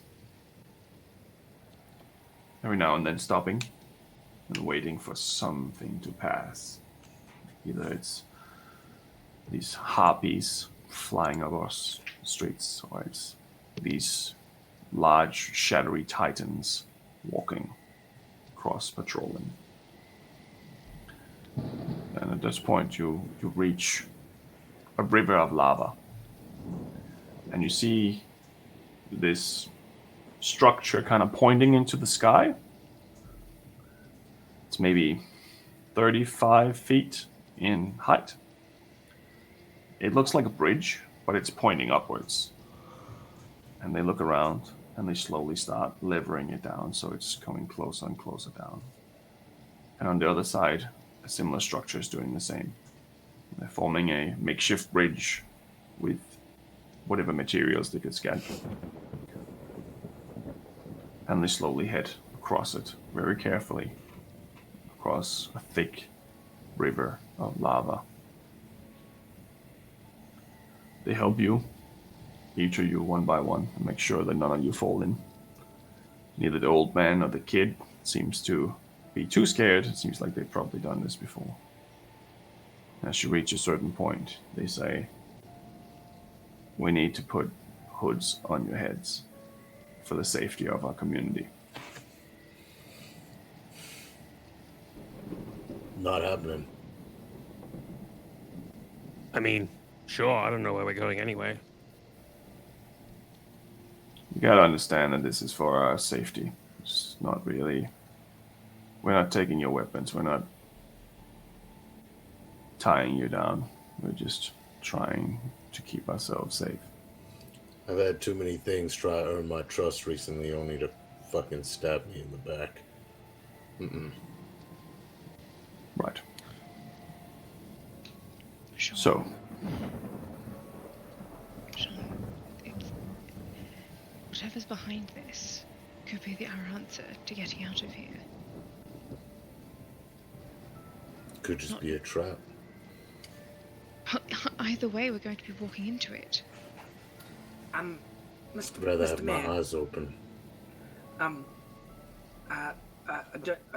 know that Miss Celeste is trying to just make us pretend. I mean, we're pretty worried about putting hoods on our face, but as you can see, we're pretty reasonably powerful at magic, and so even if you put hoods on our heads, all that'll stop us is seeing you stab us. We will still be able to find your secret base. well, you don't have to come to our base. You can just go on your way then. And she starts walking off. Yeah, no worries. All right, old man, you're with us. Hey, Starts walking. I want to go see the moon guy. Yeah. I mean, Celeste, you can go. You can put a hood on your face and go. It was nice to meet you, Robin. We'll see you next time. But This could be our best chance of survival, whatever food. answers they have. They could also farm Drekik for his abilities and put him in a goddamn hole. We don't know these people worth anything. This old man just pushed a child at us because he wanted to survive another year or two. No, I don't trust these people. They haven't earned it. And I They was could have willing to shot us march down in along. the street before. They They could have tried. didn't. I can get out of a hole. See you soon, Siren. they all just turn around and start walking away.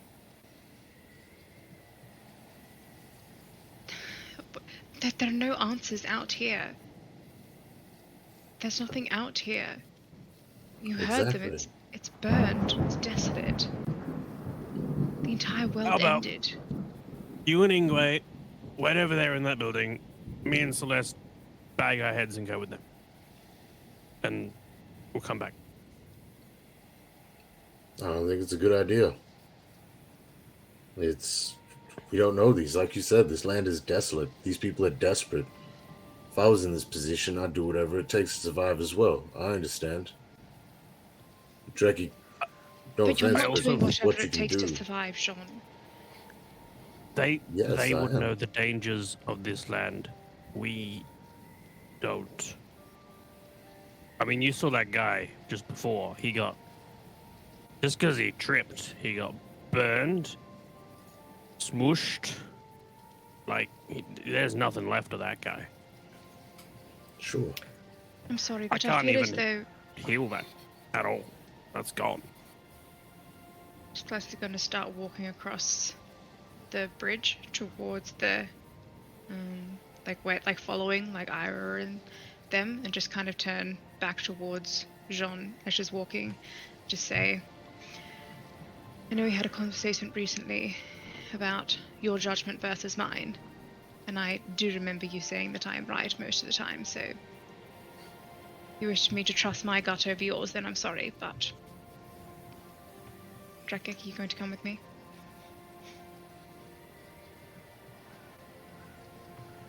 I'm not stressed about it. I mean, but it's not very honest just putting these hoods over our heads. Just as we don't know what we don't know what they're capable of, they don't know what we're capable of either. They don't know how many people we've come with, they don't know who we are. We are a strange lot of people in a desolate land that they have every reason not to trust us. Yeah, but we do. We know how many of us are here. We know what situation we're in. To some extent. Enough that we shouldn't just be throwing our trust at people willy-nilly. Sometimes that's the only choice you have, Jean. Yeah, and sometimes that's what gets you killed. Sometimes it's what it takes to survive. I have been thrown into a land that I have no idea what it was capable of. I had no idea of the people, the customs, anything. And I had to trust people. I'm sorry, but I'm taking my history over your fear. All right. Yeah. You old man. As you stay up. Hey, how about if I cast a spell to protect you, Mr. John? So that, like, if you've got a hood over your head, but if someone tries to stab you, you can pull it off, and then, like, you're ready, you're protected. I don't understand. In what capacity? Like, they're putting a hood over our heads, but they're not binding our hands, right? So, like, if someone tricks you and tries to stab you, like, I'll cast a spell on you, so you're protected. John, look, I know you're scared, and I'm gonna put my hand on his shoulder and cast Calm Emotions. Is that a wisdom saving throw? It's a If he charisma doesn't saving want it, throw. charisma saving throw. If you don't want it to happen. Oh, absolutely not. Jean is on high alert, anxious as fuck. Okay, charisma saving throw then. Charisma of 15. It's probably not going to go well, but here goes. 8. You It's are now like- indifferent towards them. Seems fine. And I will hand you, like, a little thing of powdered iron, which is weird because we're carrying iron. And are you a willing creature to get my protection spell? If I've been calmed, I guess so. John, it's okay. If you don't trust them, trust us. Trust us. I feel like this is bullying. Do not try this at home. Peer pressure, peer pressure. Egway's also casting a spell that I'm going to cast protection from evil and good, which isn't going to help much against the bow people, but does give you advantage on saving throws against being charmed. Sweet. Ironic. I love it. So for the next 10 minutes, you haven't if you make any saving throws against being possessed by a creature, like aberration or a fae or a fiend, you have advantage.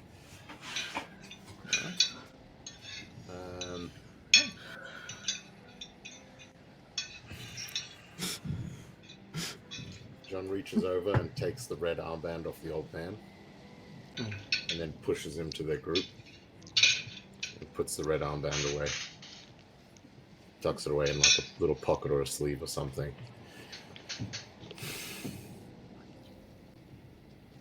He doesn't say anything, but he just starts slowly walking towards the direction of everyone. I'm I just going to notice lean you and whisper following to them, and one of them stops. Just watches you what you were planning on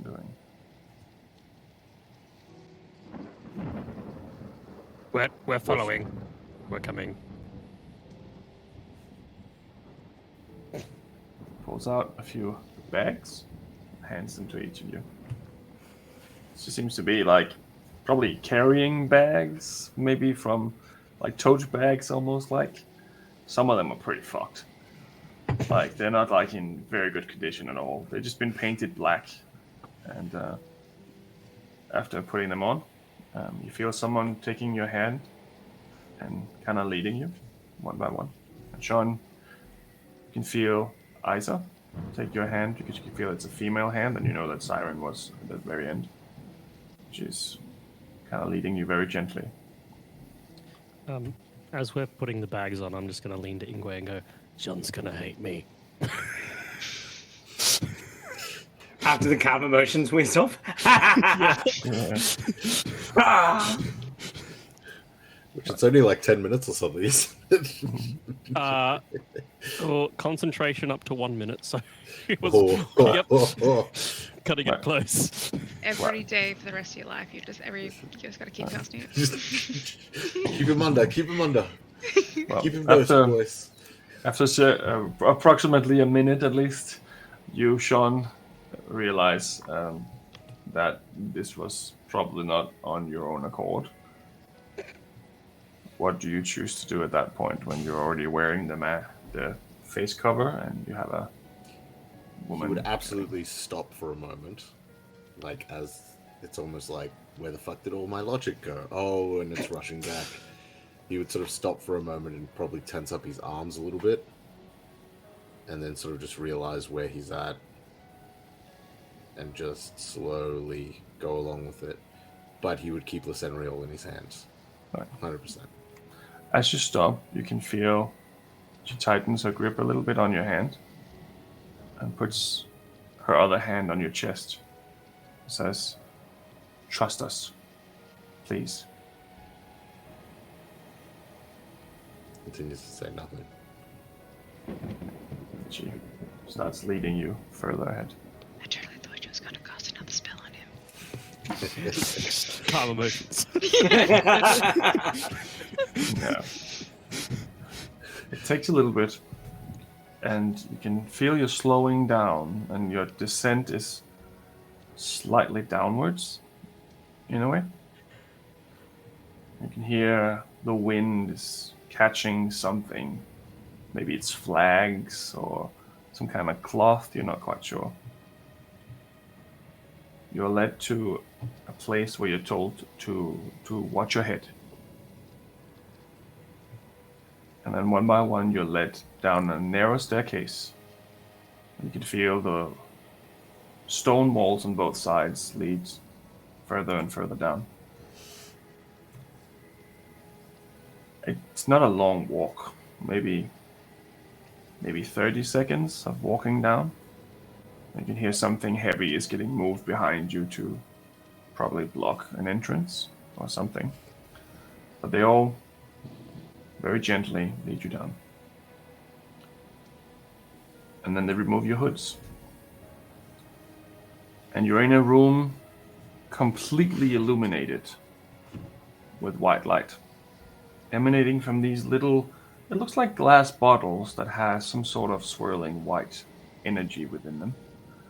All across the ceiling, all across the floor, all across all of the walls. You're in this room, and you're standing in front of maybe 100 people, all wearing similar outfits, all wearing mismatched clothes that are too big or too small. The room is full of beds, bunk beds as far as you can see, just row after row after row of bunk beds. Just one room. At the very end, you see one man standing a little bit taller than the rest of them, standing on what looks like maybe it was an old stage once. I'm not quite sure. And he sees you entering. Says, "Welcome, everyone. Welcome, newcomers. I am Moonseeker. Please step forward." See, this man has not long hair. He has like a brownish hair, maybe to his eyes. Has like a red bandana on his forehead. Most of his clothes mix match just like everyone else's, but his coat is like a black leather coat. Seems to have taken some hits. Seems to be patched up. On one side he has what looks to be a very finely made elven longsword. On the other side he has what looks like a dwarven battle axe. And by his side you can see another bow, similar to the type that you've seen the others wear or use. Mix match out of scrap metal, wood parts, and stone, even some places. And you notice that he has a tattoo under his left eye. It's a tattoo of each of the moon cycles. And as he asks you to come forth, the mass of people in front of you move to the side, almost like someone blocking the water. And they're all just intently looking at you. Confused, surprised. So I'll look towards the others and reach down for whoever's close to me. I guess on either side, like their hands. Just kind of take a few steps forward. Isa goes over and takes your hand because you moved first. Please, let's go talk to the big man. She walks down towards him.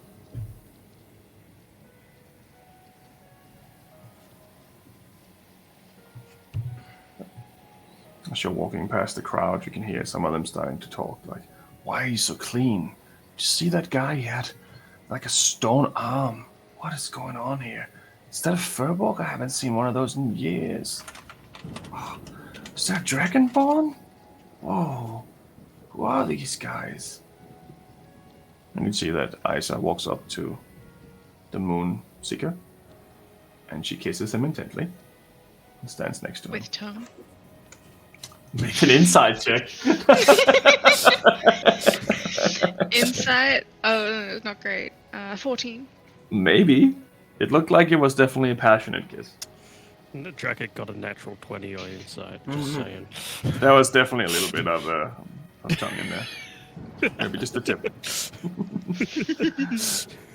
And I think that's where we will go on our break for today.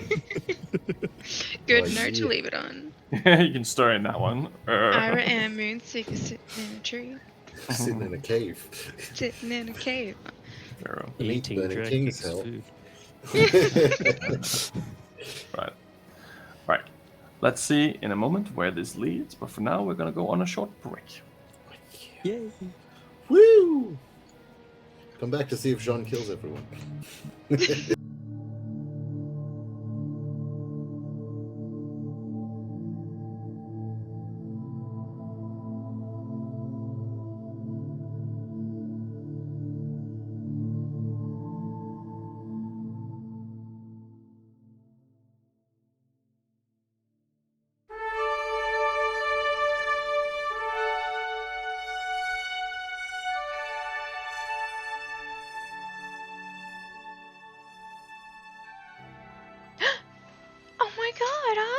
Sorry, I totally didn't see you there.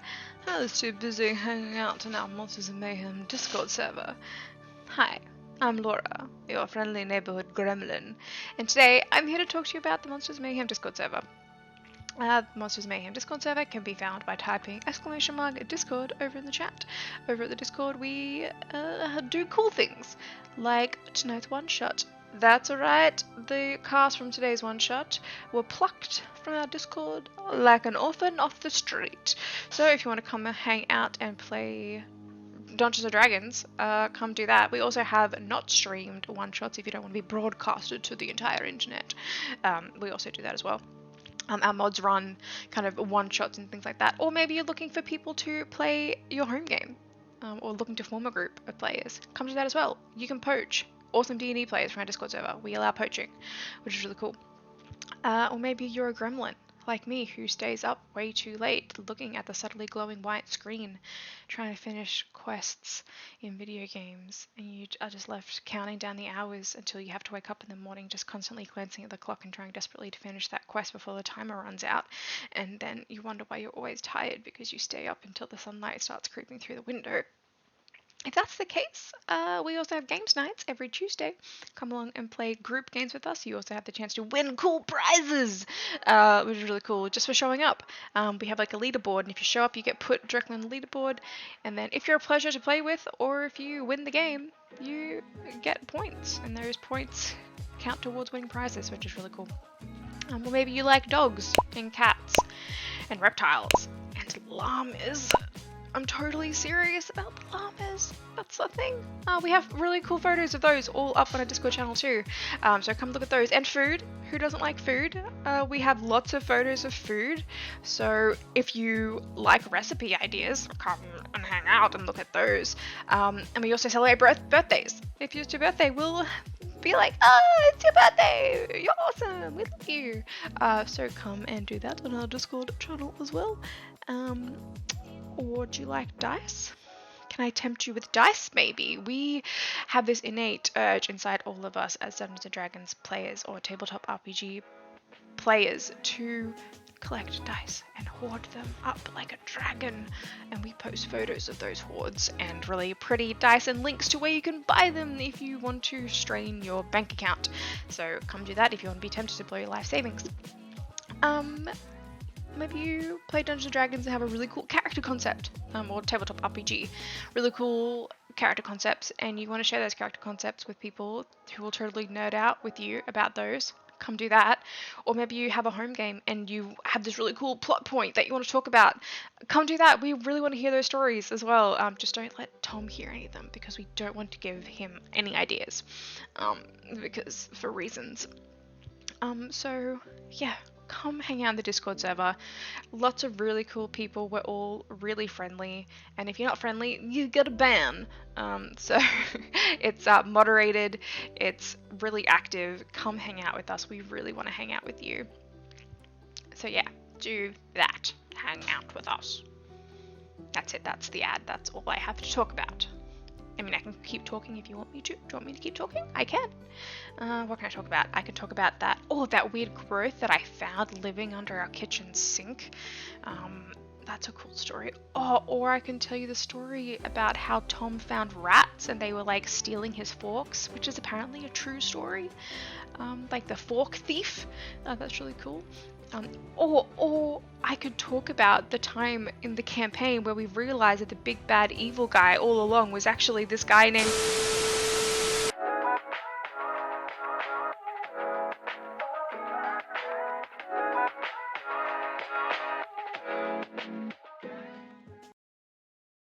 Monsters and Mayhem is sponsored by Miniporium.net, a huge selection of highly detailed miniatures for any tabletop role-playing game.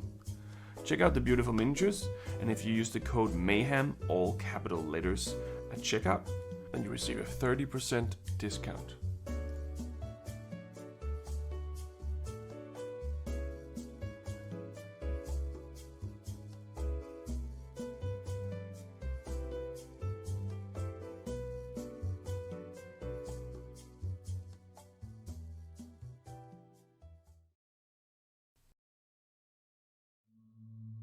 The following ad read was written by artificial intelligence, also known as AI. We here at Monsters and Mayhem do not endorse any outlandish or nonsensical statements as written by this robot, but we hope you enjoy nonetheless.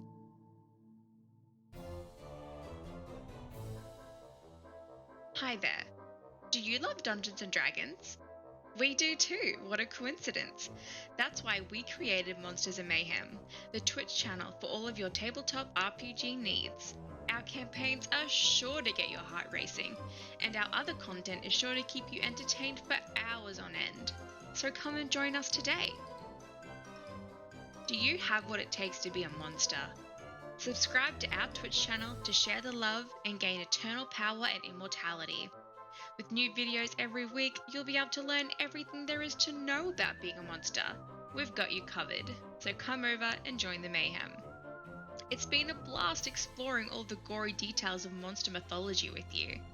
I hope you had as much fun as I did.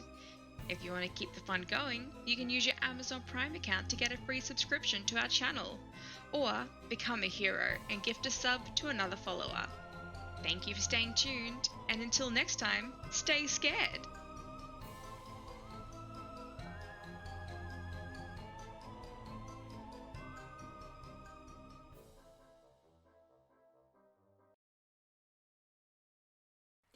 Hello everyone, my name's Chirok and I play Jean Ordenfall in the Legacy of Darkness campaign over on Monsters and Mayhem, a fantasy D&D Twitch stream that explores the tale of 4 adventurers who've been bound together by a mysterious prophecy.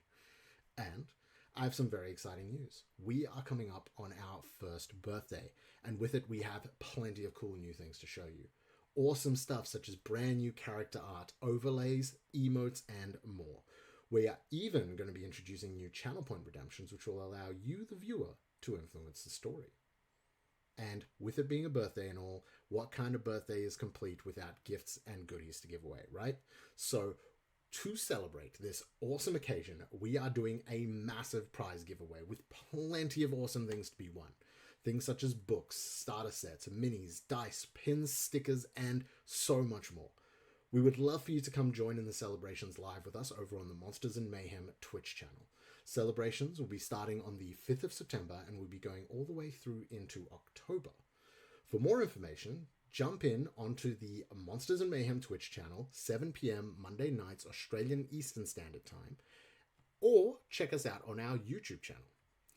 So with all that there, come on by, join us in celebrating 1 year of our campaign. The campaign of the legacy of darkness. We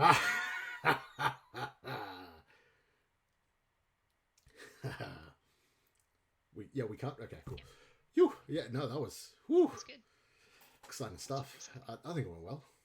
You're gonna add that cool thing at the end there to make my voice sound really cool, for right? sure. Don't worry about it. Yeah, awesome. Okay, I trust you. Oh, anybody seen that red dragon miniature, by the way? I know I saw it around here somewhere. I just want to put it away before Tom gets any ideas.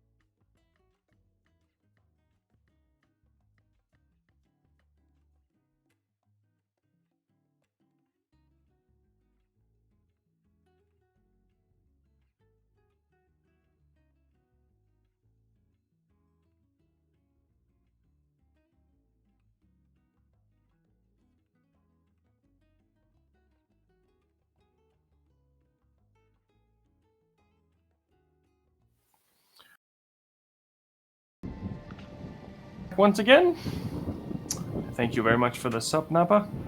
Really appreciate it. Appreciate you.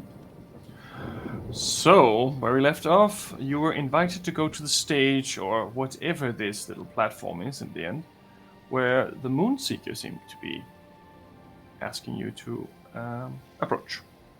After kissing his partner, it seems. Liza. With tongue. Potentially. That is a mystery. Maybe not. It was definitely with tongue. You see, the man is he's a bit scruffy. It's not like he's like well kept in any way, but he is more like a man you'd probably see someone like this in the wilderness normally. It would look a little bit like a homeless person, also because the clothing, of course, is completely mismatched and bandages instead of gloves and all that kind of stuff. It's all a bit of a mix. But see this place now that you got a little bit of a better look. It looks like this was probably a mausoleum once, and they cleared out all the coffins, and now they are living in this mausoleum, fittingly enough, on the ground of King's Home. And there is probably 100 people. There's just one room, and the weird part is that there's lights on the floor.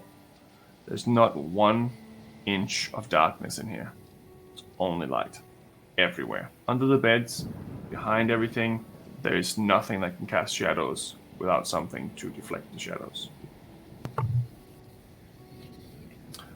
Is it like daylight? It's almost like daylight. It is not quite. It looks like it's almost like some kind of mechanical contraption more than it is magical. But it is very bright. So if you picture bright white light instead of like warm light, that is probably more in the direction you should be thinking, I think. Yeah, like Ingwe specifically thinking about like Why is there no plants growing in this light? The plants can't grow in this light? No, doesn't seem like it. There's nothing there that seems to be growing. There is a little area in one side that looks a little bit like a hot dog stand almost, where someone is selling tacos, it seems. So they do have some sort of substance. But that is kind of what they have. The rest of this is just open room that seems to... You can see little makeshift things that sometimes maybe they'll make a temporary room out of something for something, an event, like let's say the children wants to play or something like that. It seems like it's kind of a room that just gets purposed for whatever it needs to be at a time. But there's no privacy anywhere for anyone. Everyone is just in the same room. He's standing on this little elevated platform, which you gather is probably because there used to be a coffin there or something like that. He's just looking you over one by one. Huh. You look very fresh, so to speak. Thank you. Everyone says that. So you've come to kill us all and destroy everything that we have built. Just kidding, just kidding. You wouldn't make it here if I really thought that. You would have been dead already. Just kidding. Right. I like jokes. Sometimes. I'm the Moon Seeker. I heard that you can make food. Yes. Would you mind can. demonstrating it? Sure, I can only do it 2 more times today, so, Indulge me. do we have barrels or something to catch the water? Sure. And he signals to Isa and she goes off and she gets some barrels and some buckets and such. Alright. And he lays his hand out and fills the barrels with 30 gallons of water and 45 pounds of food appears on the floor. As you do that, you can see that these individuals who moved away, they're like looking very intently, and when they see the food, they're coming like closer, like almost like wild predators, just ready to pounce. And you can see that he just puts his hand up.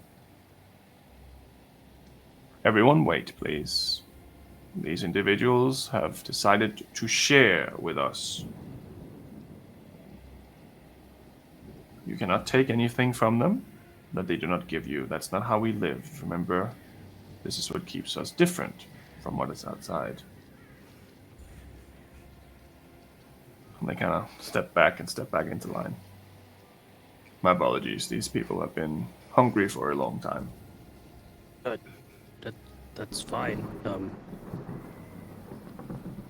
Look, I'm happy to share. I just don't think there's quite enough to go round with unless we like ration it out. I think. Right. The elderly and the children can come up first, and then we can see what's left.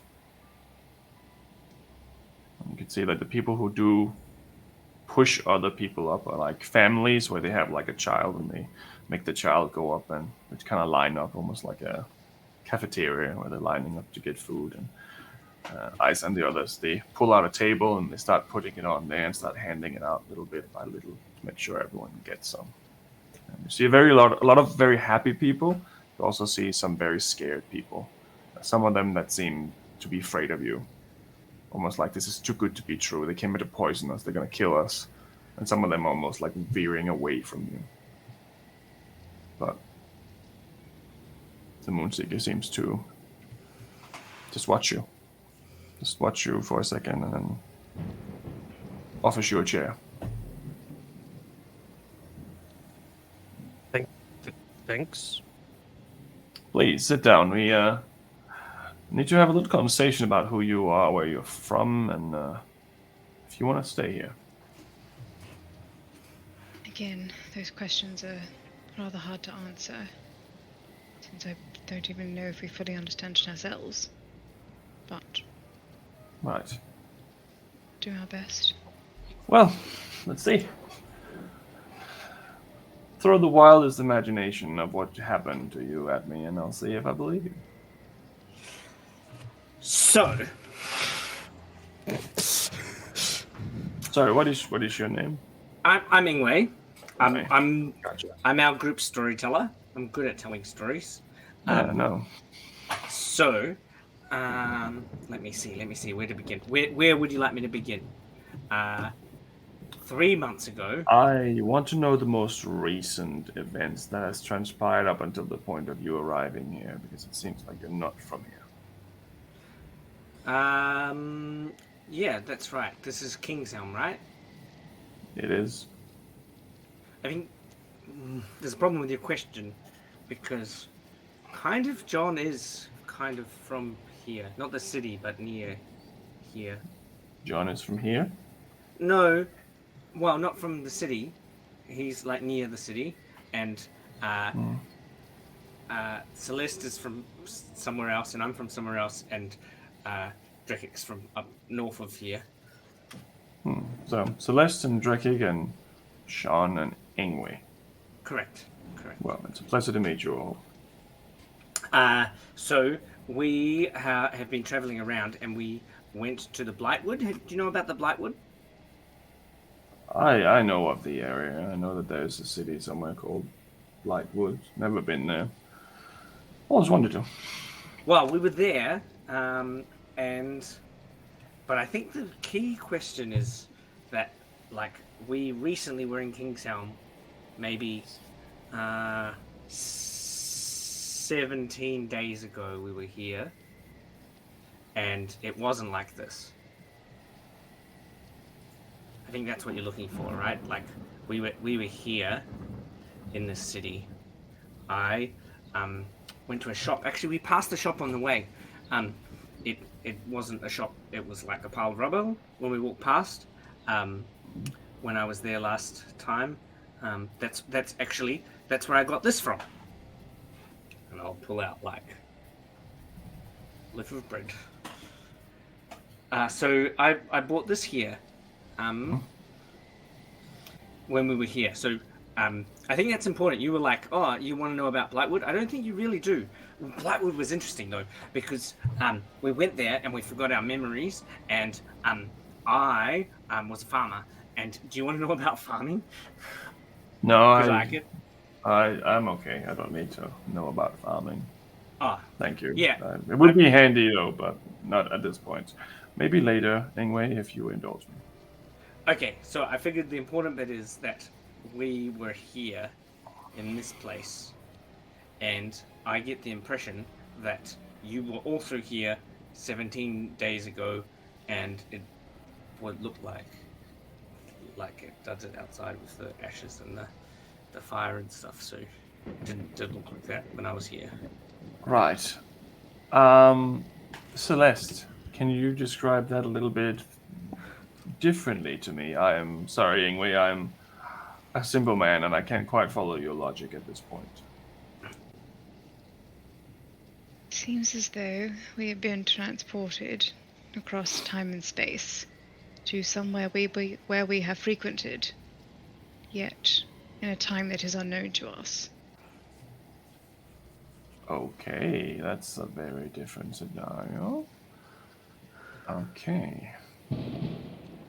You said Well, your wildest that's weird. imagination. But, okay, I mean, that would certainly explain why you certainly know how to make food and you just hand it out like it's nothing, which we do appreciate. Thank you very much for that. That really does go a long way. People do not do magic here. We do from time to time get individuals who do know magic, but our death rate is so high that general population of individuals don't learn spells like that, and a lot of knowledge have gone and gotten lost over the years. There's no one there to teach you how to do something, and that itself is just gone. Just like the people. If you can teach us how to do that, that would be amazing. I guess I could try. Have you heard of any magic people? Yeah, well, but like so Drekik gets his power from the gods. I imagine I couldn't, because I get my power from trees and stuff, and there's no trees and stuff anymore. But and I'll pull out a flyer. The key thing to the magic that Mr. Drickick has is you have to talk to these dudes. So there's the Archidron, and actually, sorry, I interrupted. He opens up his jacket and he pulls out a flyer. It's very moldy and destroyed, but it's the same type of flyer. Oh my god. We did it, guys! Oh my always gosh. kept this one for a bit of light reading. Puts it back in. They got our flyers. Well, I hate to break it to you, but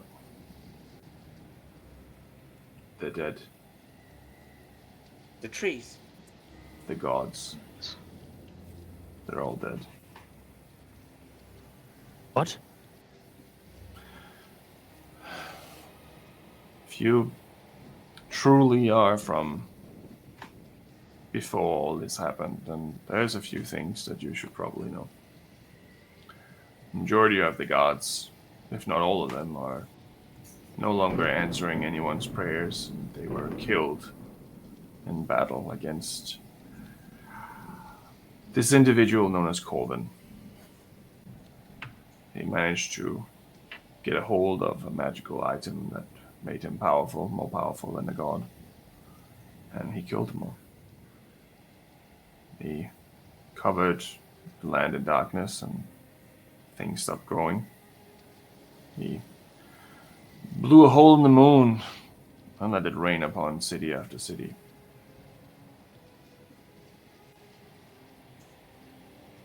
He won. To whatever end, I do not know. This was 15 years ago. Give or take, yes. So strange, an entire world can be desolation in such a small amount of time. Yeah. Well, I think everyone took everything for granted.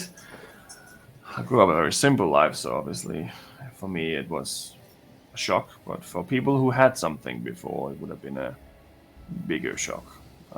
Sure. Where did you grow up? Grew up in this area. It's been a lot of time in Kingshelm. It's been a lot of time outside of Kingshelm. I traveled a lot.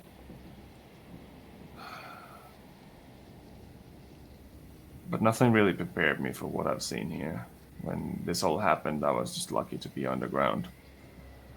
The rumors that the Drow community might still be alive, but we don't know. And we don't know if their gods are dead. We don't know if they're alive or they're still kicking. I know that there was some alignments that was made, some alliances with Corvin and other races. We know that the elders of the far southeast left. And we don't know where they went. After experiencing the shadow blocking out the sun, everyone was left on their own.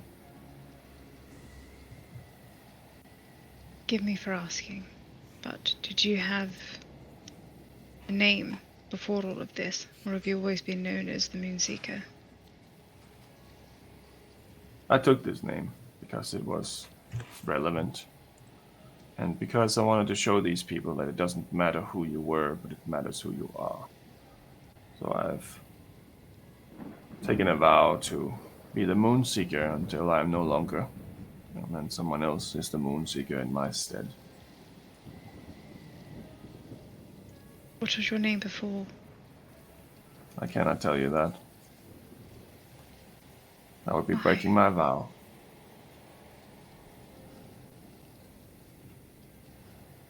It's a very long and convoluted story, but how can I help you? What is your plan? What do you want to do? Suppose stop this from happening. Well, this moment has already transpired. There's nothing to do about it. Yes, not now. But then.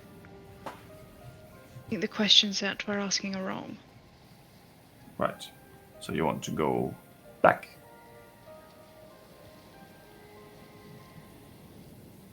Yeah, just like this place. I mean, you were lovely, but this place sucks. I like you. You're funny. You're very funny. I like this guy. He's a jokester. Listen, I'm not much of a wizard myself, but how did you come here? If that is all true. No. That's what I was trying to figure out. Right. I'm a bit shocked about all the gods are dead. If you'll excuse me, I'm gonna find a corner for a second. Right. Give him some space, please. And you can see all of them are kind of moving away. Keen to get your food. Yeah. Some of them As are I'm passing, if the food's going low, I'll just cast create food and water again and replenish it. It's definitely going low pretty quickly. And after casting it a second time, how much food is it again? It's 45 pounds of food and 30 gallons of water. I'd say that's probably around being enough for 100 people, I'd say. So it looks like the majority of them they're rationing a little bit because their stomachs wouldn't be that full. Like they would be big stomach, they would be small 15 stomachs. people. Yeah, 15 to 24 hours, so Like a quarter pounder is enough for a meal. 45 meals-ish. Right. So I'd say that because they're rationing it slightly, that would be probably enough for the majority of them, and that's okay. Some of them are still... Ingwe adds food to the pile because he carries food because he doesn't eat anyone else's food. Right. No worries. You have a growing pile of food. But... Yeah, Drakek's just gonna start praying in the corner to all the gods individually, waiting for someone to respond. Okay, so what do you say? I say... Ando, Stormlord, Asgar, Centaurus, Dogmana, Samar, Tadaro, Lucia, and Ran. Are you there? Are any of you... Or are you, as they say, gone? And I'm gonna put my hand over my mark of the chosen. Okay. You put your hand over the mark. You don't see anything.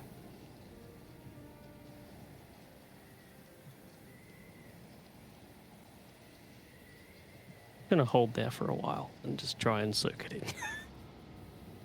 Right. What is the rest of you doing? This may seem like an odd question to ask, and you may not be able to answer it. But do you know if the Sumerian wards have been broken? I don't quite know what that is. I know you cannot tell me who you were before, but can you tell me what you did? What did you have an occupation? Were you just a wanderer? Were you skilled in the art of magic? I know a bit of magic, but not of that sort. I was a traveler. I like to see the world, and I saw a lot of it. It's the only remnants of my old life is my partner. We met before all this, and luckily enough, I taught her a few tricks before we got so far that it was no longer possible to survive as we did. I was a very simple man. I wanted to be a farmer one day, but I was just too adventurous. Life took me in a different direction. I never really had a job, per se. Not really.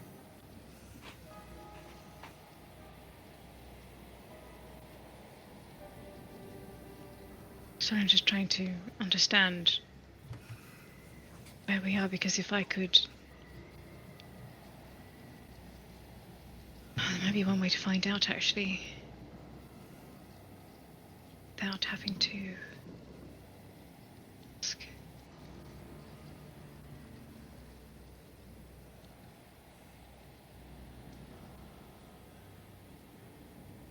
Then she'll kind of like take a couple steps backwards and kind of go over. I guess like near like towards Drekik. I'm assuming that they've given him like a He's in the far berth. corner. Yeah, he's in the far corner. So she'll kind of go like not over towards him, but over towards the area where it's like cleared to try something. Okay. What are you trying to do?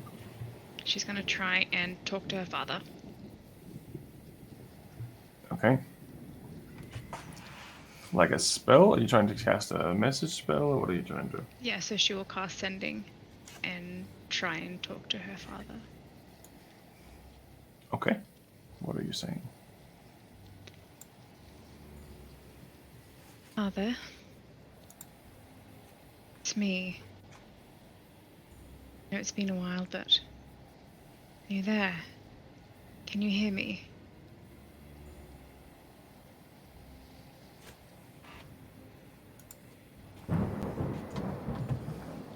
Celeste?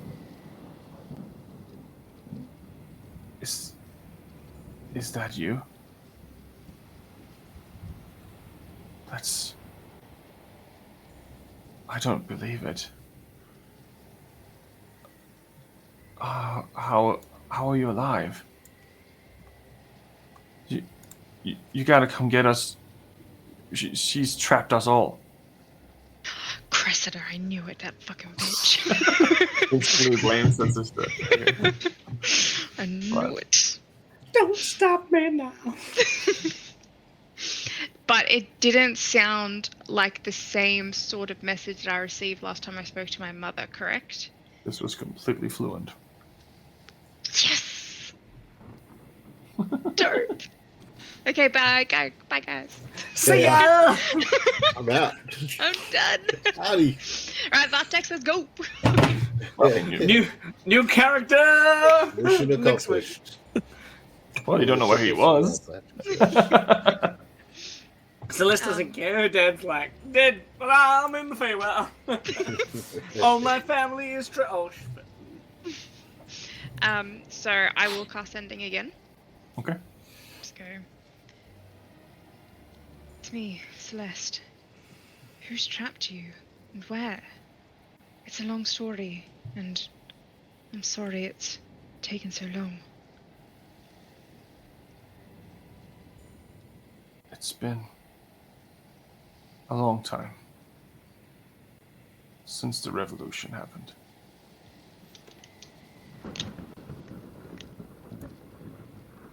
Your sister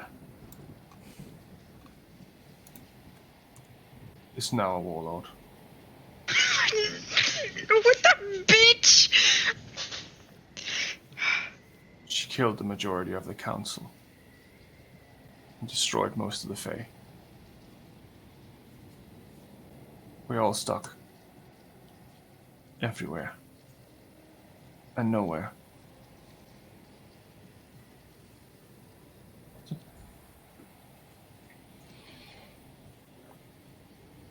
Meanwhile, Ingrid's like hanging out with people, feeding people food. Like, hey, you know what? I'd really like to speak to the elders, but I probably need to have a sleep because I forgot. I mean, I need to gather the things together. It takes me a bit of time so that I can Hey, John, stop following the old dude around. He's not. Look how many old dudes there are in this place. Oh, no, Jean left the old dude on the bridge. He would have slowly come after you, though. He would have been taken. Yeah. He pushed him towards the group of the bridge and then has been alone. Jean is standing right where they left him. He's behind the chair. He is just sitting there clenching his axe. Oh! He is furious and just sitting in silence. It is pretty depressing here. Where's Drekik and Celeste? Oh! Hey, Celeste, what happened? You look excited. Horny... No, excited.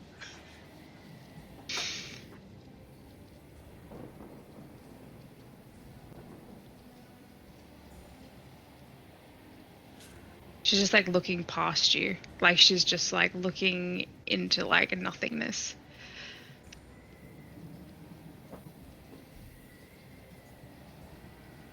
Can't do this much longer. Tell me how to find you. Where are you?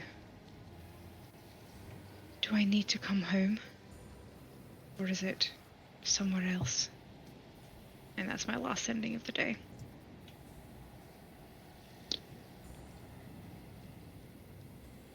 There is only the Feywild.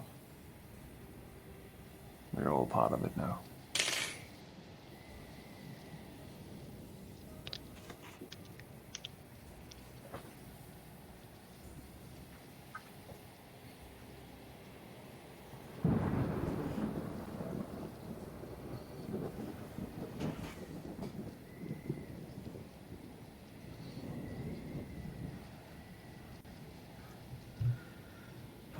This would be a really awkward time for me to say I told you so. So what did you tell me, sir? I'm confused. No. That was Laura. Oh. Laura, are you hungry? Yeah, I've got some. This is called a cupcake. I bought it for Vortex, but he can make his own food. It's not a problem. Really need to like have a space to be by myself. Oh, maybe I should go and visit him before I go to sleep. Jackie. Oh, you're ignoring me too. Why is everyone ignoring me? Mrs. John's ignoring me. Well, all these people aren't ignoring me though. Here, have a thing. Here's a berry. This is called a nut. Wheatgrass. It's good for your constitution. Jean's gaze is going to shift up to the Moonweaver. Moonseeker. That's Moonseeker, Moonweaver. sorry. That's a different one. Yeah. Copyright. Too many moon things.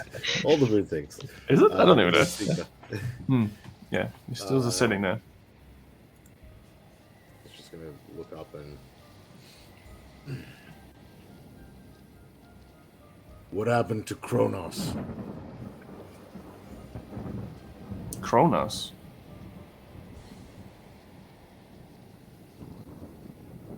I think that wheel stopped spinning a long time before this happened. As far as I know, the magic ended and the city fell into the sea. But maybe a few years before all this happened. And the Landgate family? Warden Falls? You heard of them? They used to reside here. Can you describe them to me? Maybe that'll help. I'm not good with names anymore. Let's see if I remember what they look like. Yeah, well, if that's a good question. You might not necessarily have written that down. Well, we can say that you describe them if you want to. Yeah, That's okay. I was going to say, I definitely have them written somewhere, but not open right now. But yeah, he would go into describing Midos first and foremost, knowing that he had an estate here. And then followed by his sister Danica, then Macy, and then lastly, he would go into describing Durr. Okay. Let's see if he knows. Okay.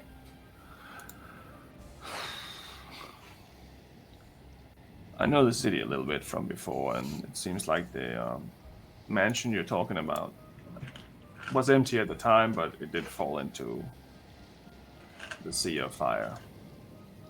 Like so many others, but it was just possessions. I had the honor of having Macy here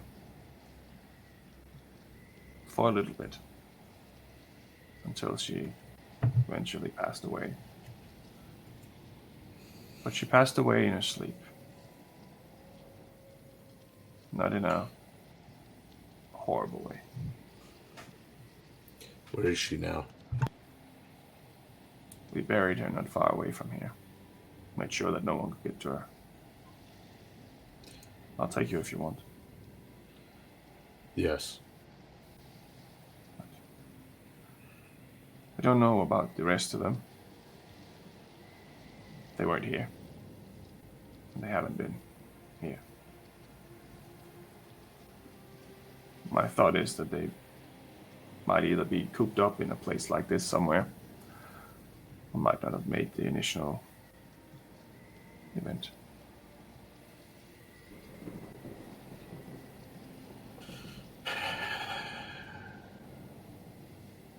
And then John just collapses on the floor. He helps you up onto the chair. And he has very strong hands for a man he's not a muscular man, but he is well built. Lifts you up and places you on the chair, and he gives you some water. I know this is hard to take in. Most of everyone here has lost everyone they know. Most of these people here didn't know each other before. Some of us are lucky that we have some individual from before. But in a way, some of us hope that the people we don't know is here has passed away silently instead of otherwise. And a lot of them did. A lot of them didn't feel anything. And even though we can't change what happened, that gives some of us some sort of ease.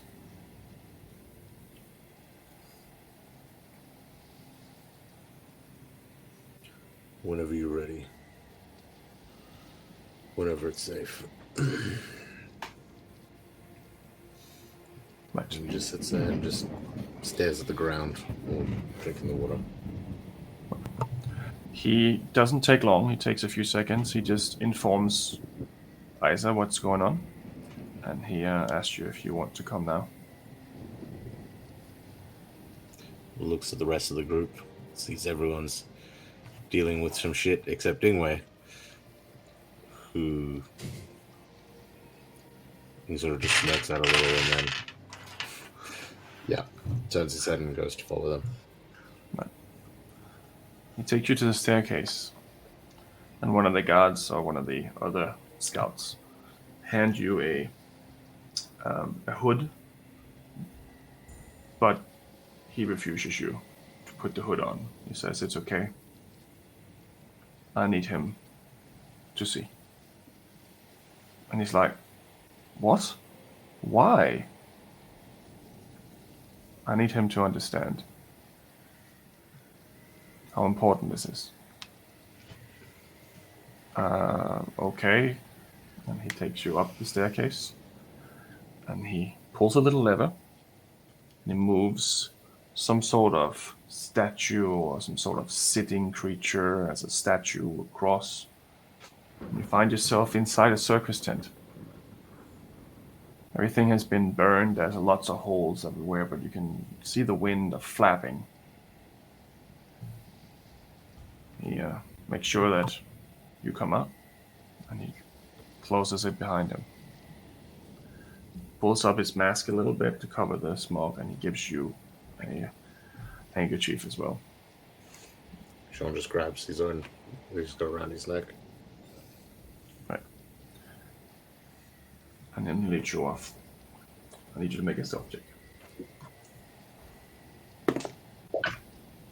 Okay, he's pretty hidden. Jesus.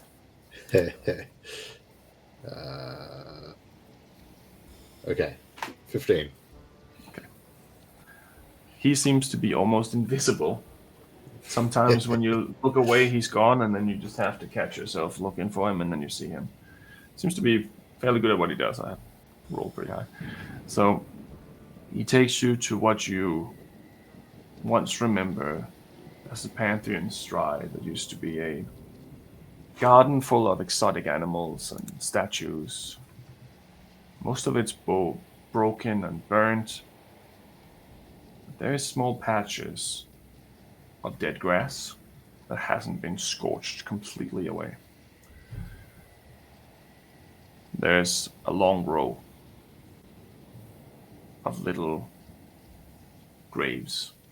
They're well dug, they're not sticking out. No animals would be able to get to any of these individuals. Most of them are marked with just a branch, just 2 pieces of wood. And one of them has a gravestone. It simply says Macy. It says this was an honor of mine to produce this for her. She was a cherished part of our community until the end. I'm sorry for your loss. Thank you.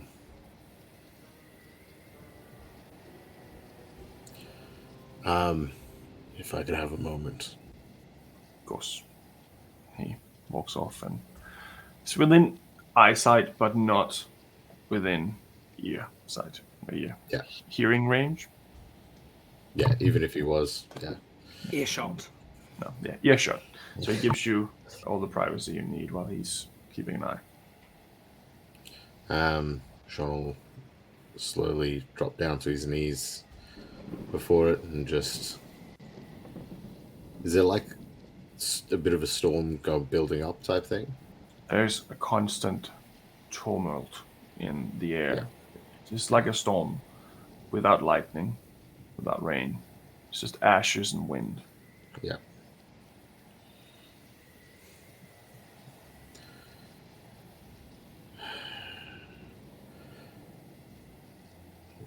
We got Dad to the farm.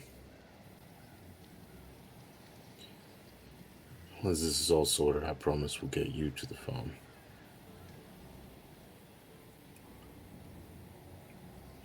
I don't know if I'm the only one left.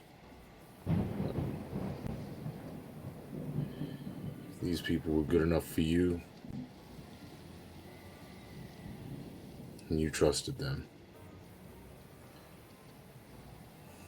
then I suppose I can try.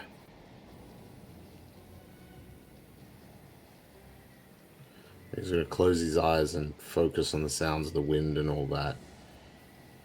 And he's going to think about what was told and what Drekik must be going through now. And he's going to think about how Celeste looked when he was leaving. And he's going to think about the positivity of Ingwe.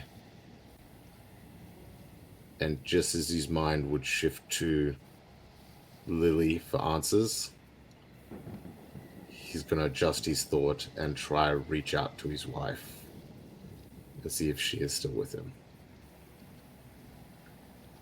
Almost instantly, when you reach out, feel a hand on your shoulder.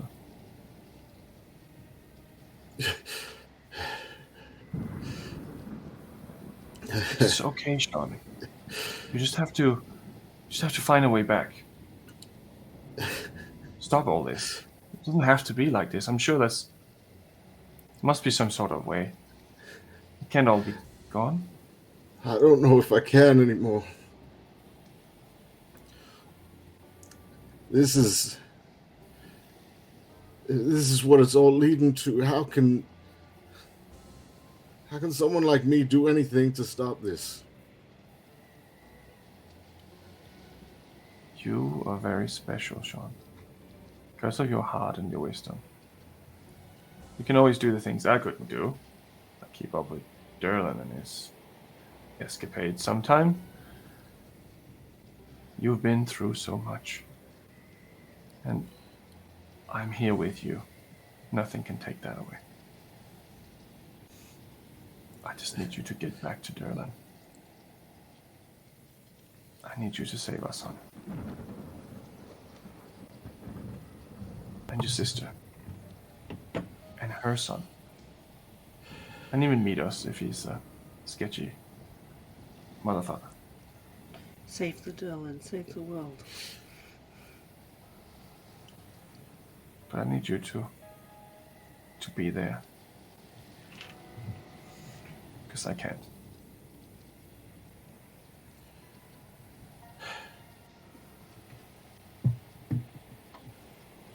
You are my strength. You know that.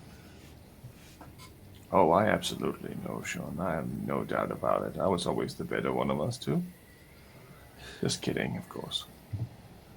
Just find a way to get this bitch out of your head, and everything will be fine.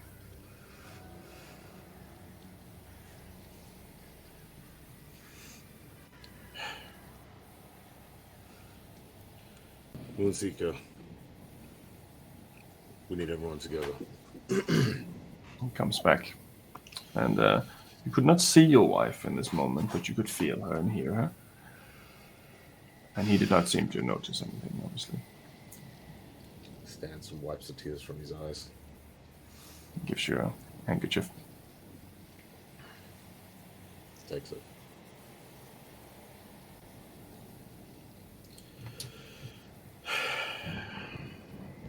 Thank you.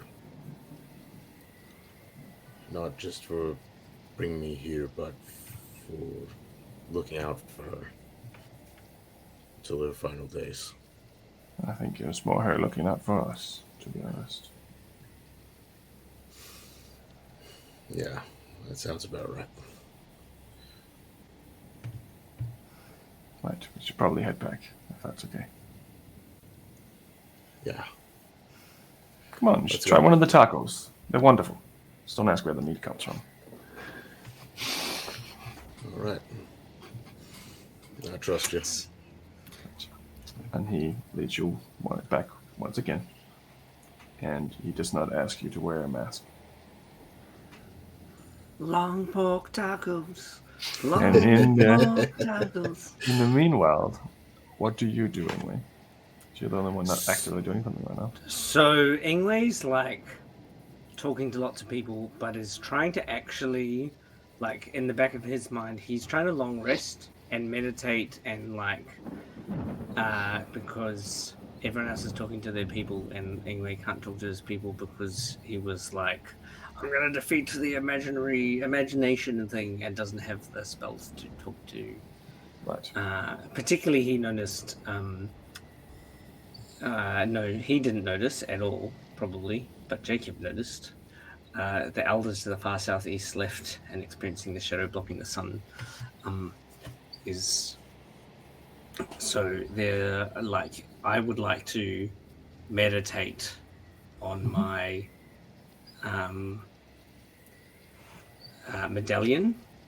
Okay. But I can't do that until I've long rested. Gotcha. You can have a long rest in the meanwhile while Sean is doing this and everyone is doing that. You don't get a very comfortable rest, but you get a rest.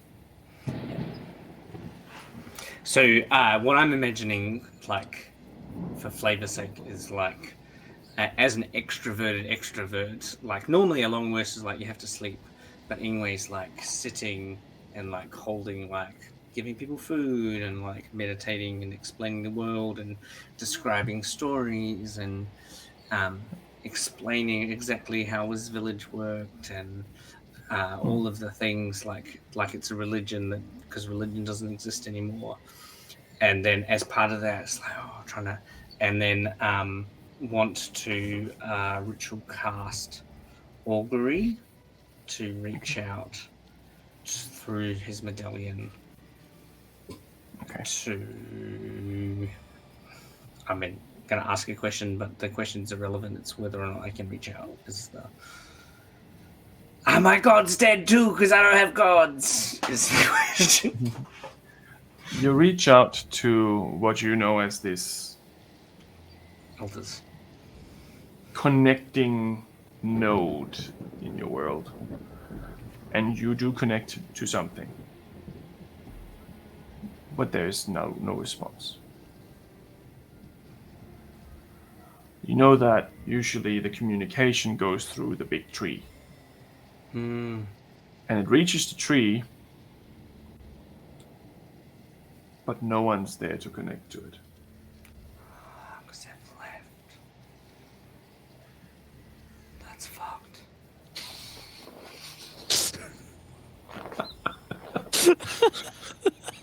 Yeah, pretty much. That's fucked. Why would they do that? Why would they do that? But in the meanwhile, Tricky, you remove your hand, and the symbol of Ran is back to normal. You hear a little voice in your head. Don't worry, buddy. It only takes one to bring me back. Rekik's gonna smile, let out a chuckle, just go, of course. Of course. I mean, Cole did say you could never truly kill a god, can you? You're right, I did say that, didn't I?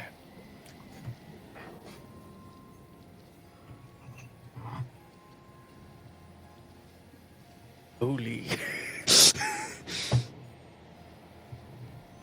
Hi, Cole. You like Cole or Ran better? No more response.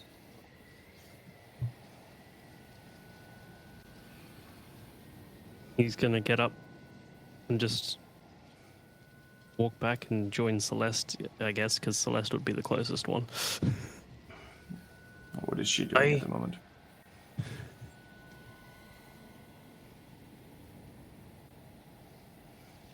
She's doing that. Staring into nothing.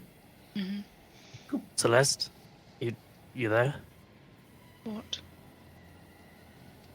Ran's back. That's really good news. Very happy for you. You don't seem like you've had good news. Your family okay? What's left of it? I only spoke to one of them, someone that I've not spoken to in triple your lifetime. No, they're not okay. But the good news is, it seems as though the Thmerian wards are down. Don't know where I have to go to find them.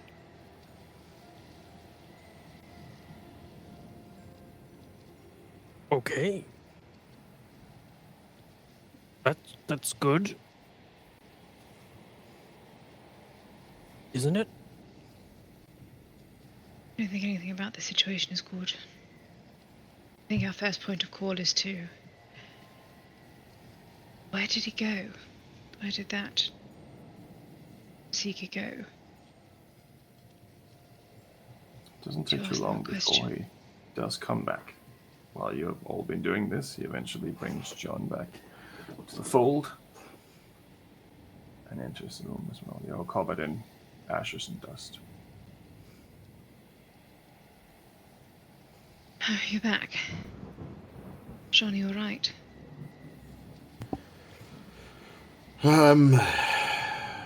Yeah, I'm much better now. I'm sorry for earlier. Look, we're all under a tremendous amount of pressure. So, short fuses are to be expected.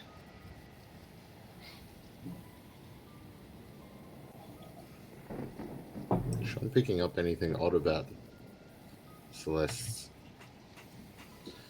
presence? Celeste's. Make an insight check.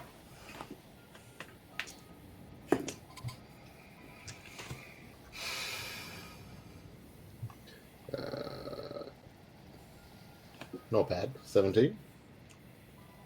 You can make a just normal roll with a charisma modifier, I guess, unless you don't care. I will make a normal roll with my charisma modifier.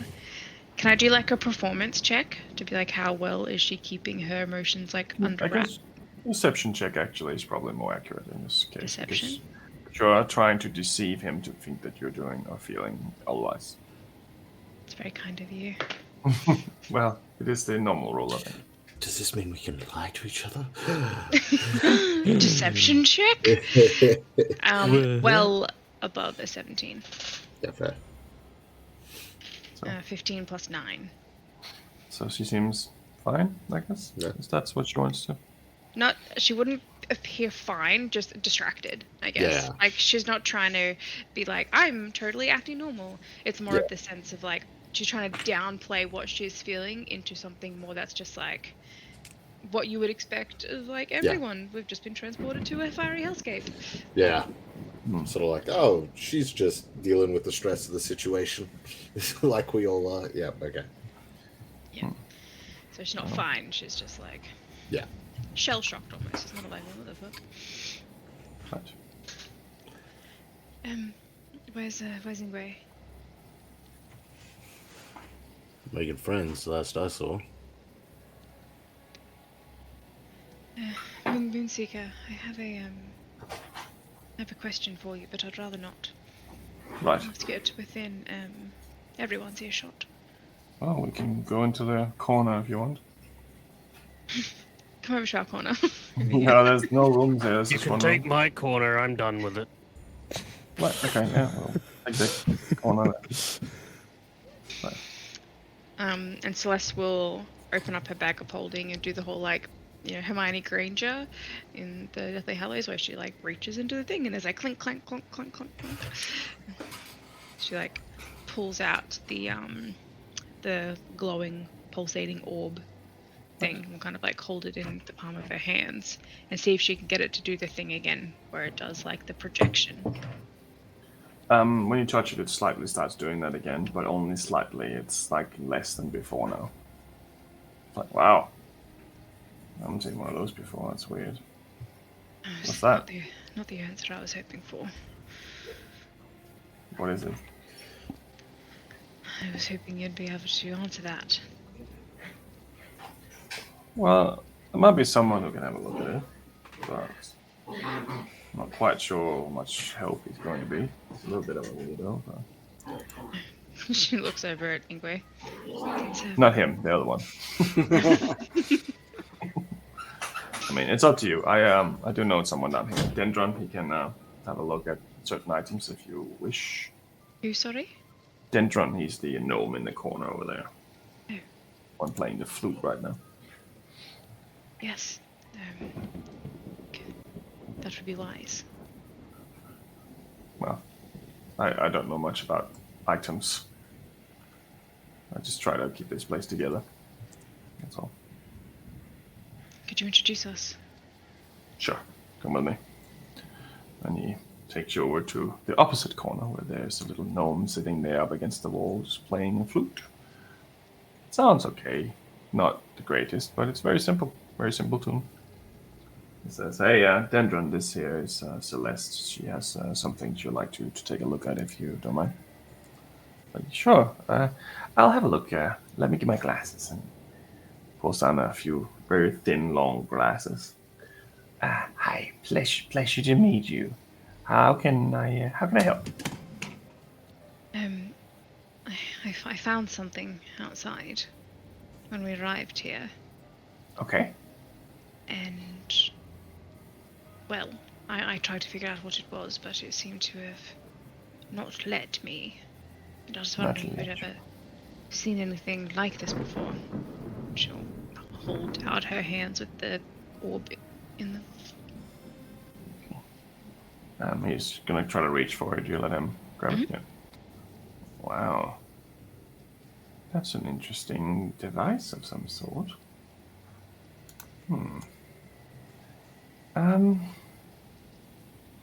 I think I have seen this before. I used to work at the academy, and they had something quite similar to this. It was under lock and key. It was called the time dilator. But we weren't allowed to touch it. Wait, did you get it? Did you go get it from the tower? No, it just appeared in front of me. Wow, that's weird. Well, I mean, you can see it's pulsating. I think it's running out of battery. battery. Yeah, so it has this magical power inside it. Once it's used, it's, I guess, stopped to charge, and then it runs out. Kind of like when you're really hungry and you can't really perform right.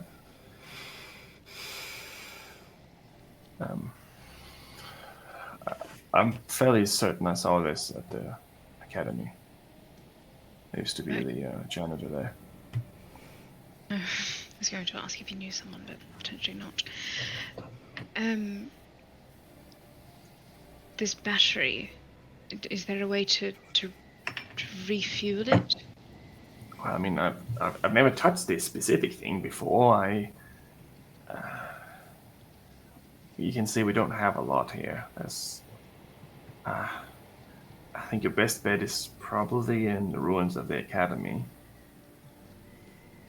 They might have a way to recharge it. I'm sure they wouldn't have made something as intricate as this without some way of putting power back into it. But I haven't been there in a long time, and it's quite dangerous. Yes, I was hoping you'd say that you know, when I left, I picked up this time-dilated recharging device, but now I'll sorry, fly today. No, not this time. If you are going there, I would be interested to go with you, though. There might be other things that can help us. It's just a bit dangerous. Are you able to take care of yourself? Oh, yes. I'm not just a old man. I'm a very respectable gentleman, and I am very skilled in the art of hiding. So I could probably be safe. I have been outside several times looking for different things. I've been out with the scouts and with the Moonseeker, but I try to keep to myself a bit. I like to read. Don't have any books. Do I get the sense that he's embellishing his ability to take care of himself if he were to go outside? Make an insight check. Not good. 6 plus 10 total. He seems probably fine. She kind of look towards the other two and kind of try and gauge their reaction to this plan that seems to be unfolding in front of us. Okay, so everyone would have heard that. Is that what you mean? Yeah, so I'm assuming that when we were having that conversation with the Moonseeker, and then she asked Drakik and John to come, if they would have followed her to go meet this other person. Okay. At this point, I'm sure that Ingwe would probably also have seen them all going into a corner without him. And then well, Ingwe, Celeste tried to catch his eye before. Okay. When she looked over towards him, was like, "We have a weirdo." And she was like, "Oh, Ingwe."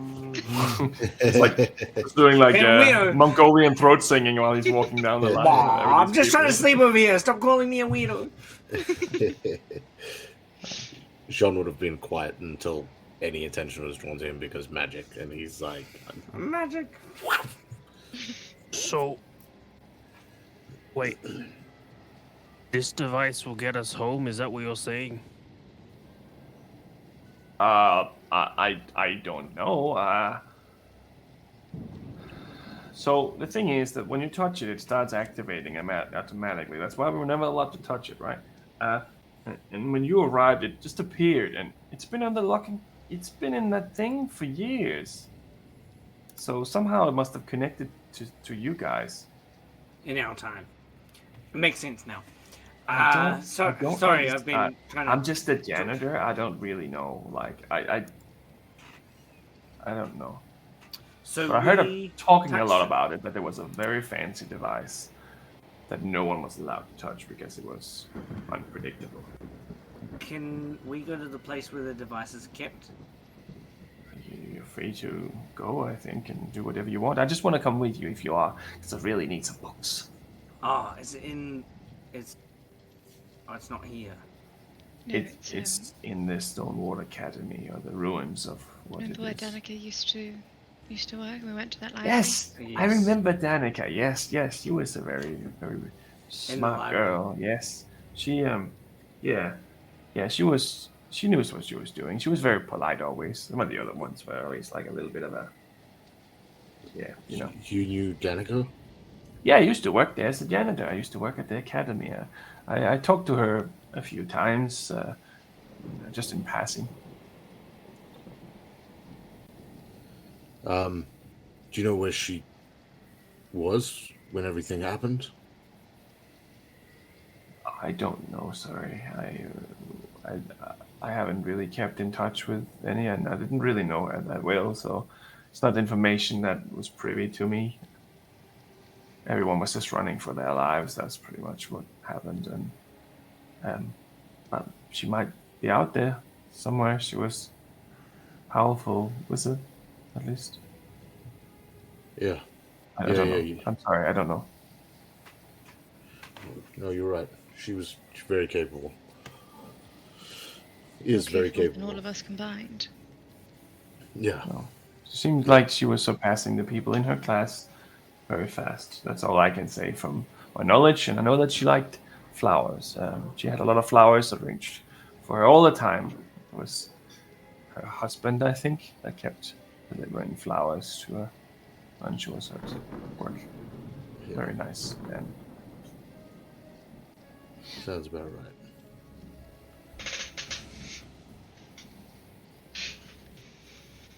Well, if we have any hope of figuring out what this device does, and if it does have any power left that could potentially help us get back, I feel as though going to the Stonewall Academy is our only choice.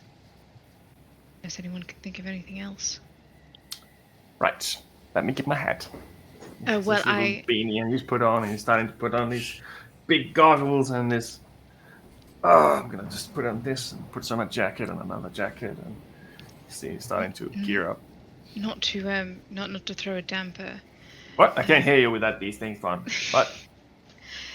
Not to throw. She'll just cast message.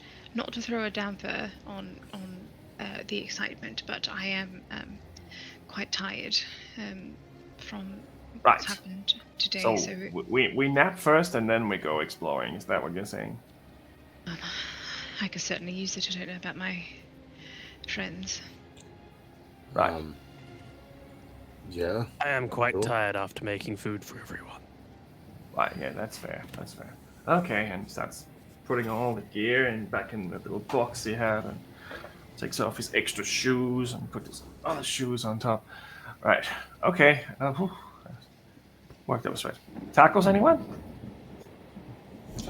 I was recommended them, but Yeah, they're amazing. Like, no offense to your food, like that's really really good. But I mean, if you want to get the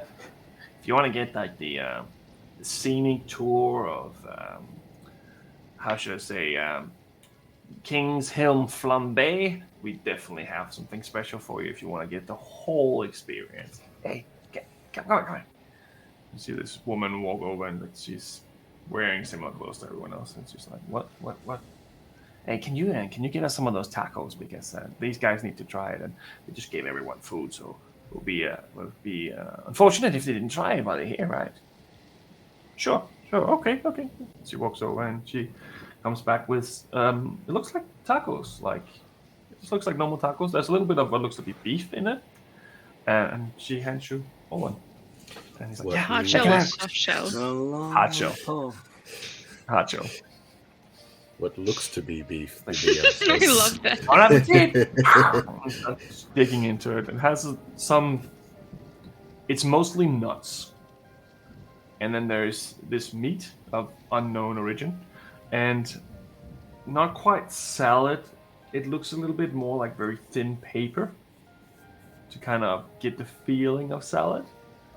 And a little bit of whiskey to give it kind of a juicy, but also a pickle-like flavor.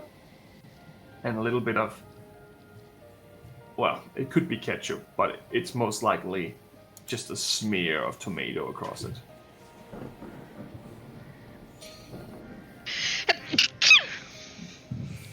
Oh, she's allergic to the tacos. Oh, I thought I was muted. You unmuted it. That's how hard you sneezed. It's better not have any humanoid in it. Oh, no, this is all rat meat. It's got whiskey in it. It's good enough for me. It's actually quite good if you can look past the idea of what the meat is. I'm sure can- John has eaten rats on many occasions. Can anyone figure out in this complex, and it's a big room, anywhere that they're like trying to grow food? It's pretty easy to see. There's nothing here. So they're just like stealing food from other places. It's like a scavenger community. There's no like It's farm. definitely like a scavenger community. It looks like just from the clothing alone that the majority of what they have here, they just have stockpiles of random clothing and random booths and random sizes and stuff like that. Where you enter, there's just a pile of shit.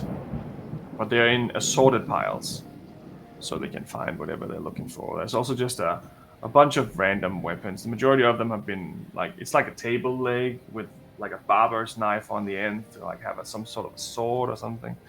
It's all just improvised shit. The only thing that really stands out a little bit in this room is the Moonseeker's axe and his sword are very fancy and very magically produced, most likely. But everything else just seems like it's just mundane crap. So if everyone else is taking a long rest after Ingwe's taken a long rest, he's going to spend like 8 hours setting up a greenhouse. Okay. With what materials? Like gathering around shit, but basically like in our world, like a hydroponic system. So he can spend 8 hours to like make a thing that grows things. That's an acre, which isn't for 100 people. Is not an acre for 100 people is not a significant amount of food, but he'll like try and just like set up a thing that creates food. So you are instructed to use some materials that they have available, and that's not a lot. It's enough to build maybe a wooden frame of some sort for some kind of tray that you can put dirt in or something like that, and then you can grow it that way around. And they bring in some dirt for you. There's a lot of people trying to help you with this, but the dirt is just black. Yeah. It's like no nourishment whatsoever in the dirt. But you do cast a spell, and it is a magical spell, I'm guessing. Yeah. So to spend 8 hours is plant growth and daylight. So I'm gonna try and like. Okay. There's a spell that I can specifically do, and I'll burn a couple of spells. The specific spell of plant growth, if I spend 8 hours, does something, and then I'm gonna try and like figure out how to do a spell that I can't actually do to create daylight. Right. But I'm thinking like I create a small thing that creates enough food that's going to create conflict in this community, probably because it only feeds a small amount of people, not the whole community. Make a Arcana check. 19. It's pretty good. It starts to take hold.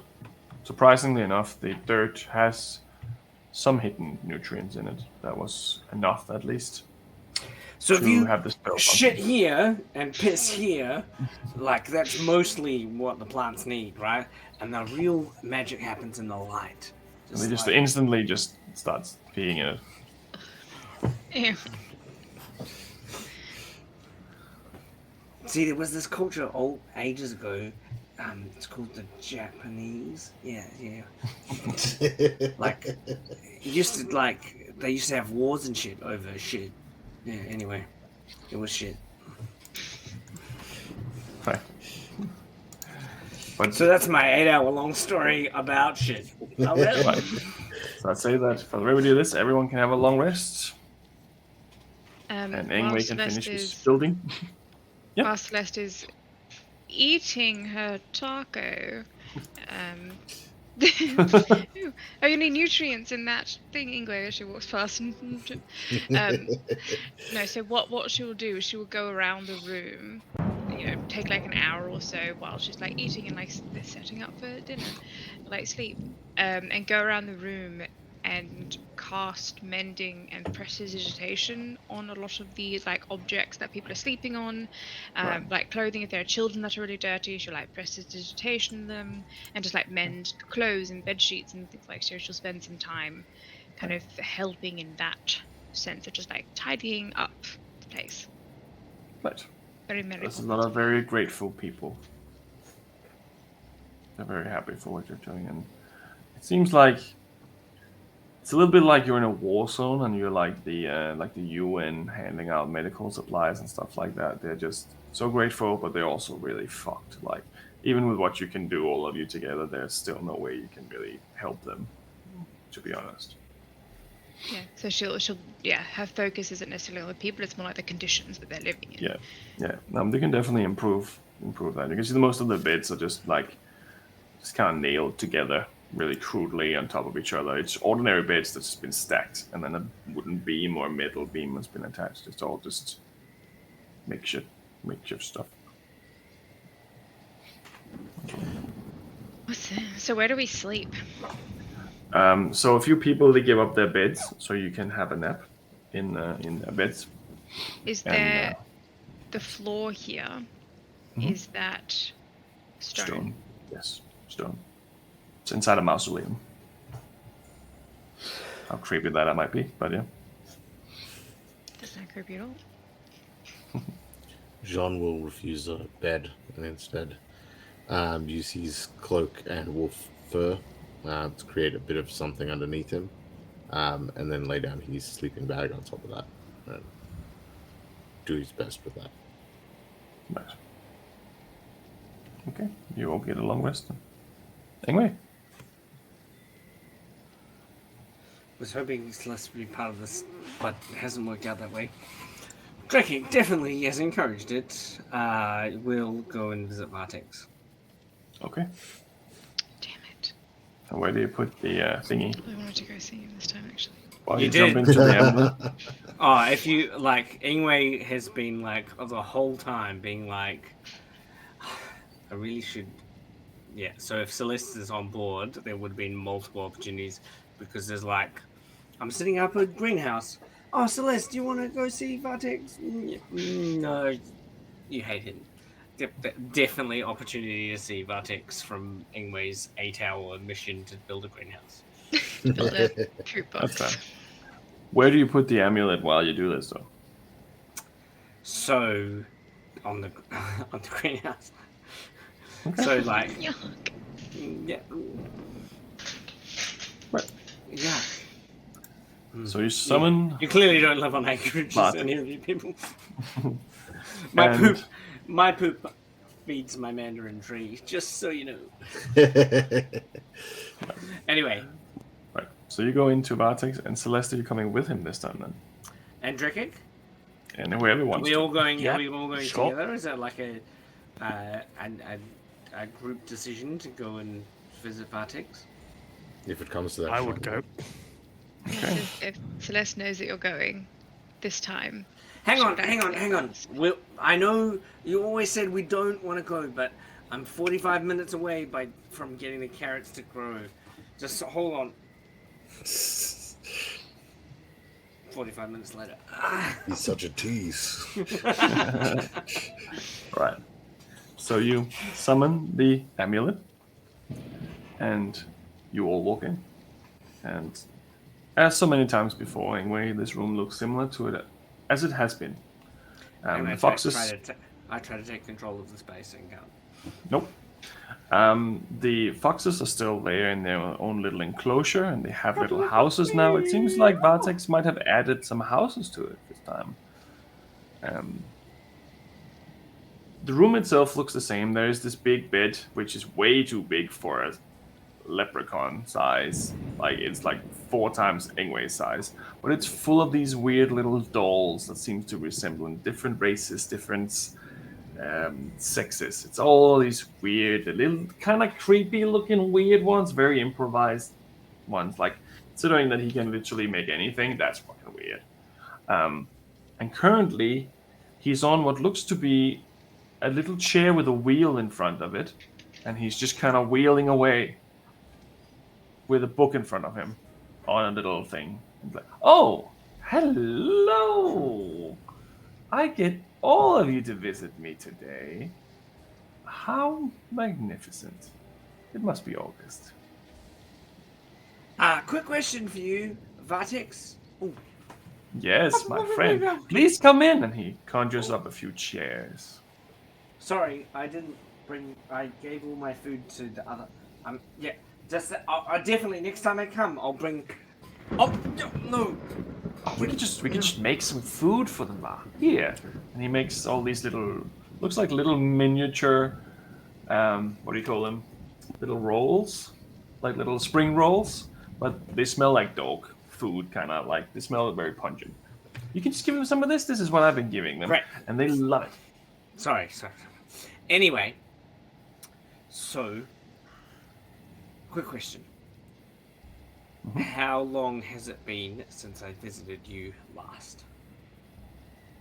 A few days, I think. Good. That's really good because it has also been a few days for me, and Great, we're on the same page. yeah. No jet lag. Well, weird things have happened quite quickly. Okay. I love weird things. Yeah, good. Oh, that's good. So we lost. I was a farmer for a couple of weeks, which is good. Okay.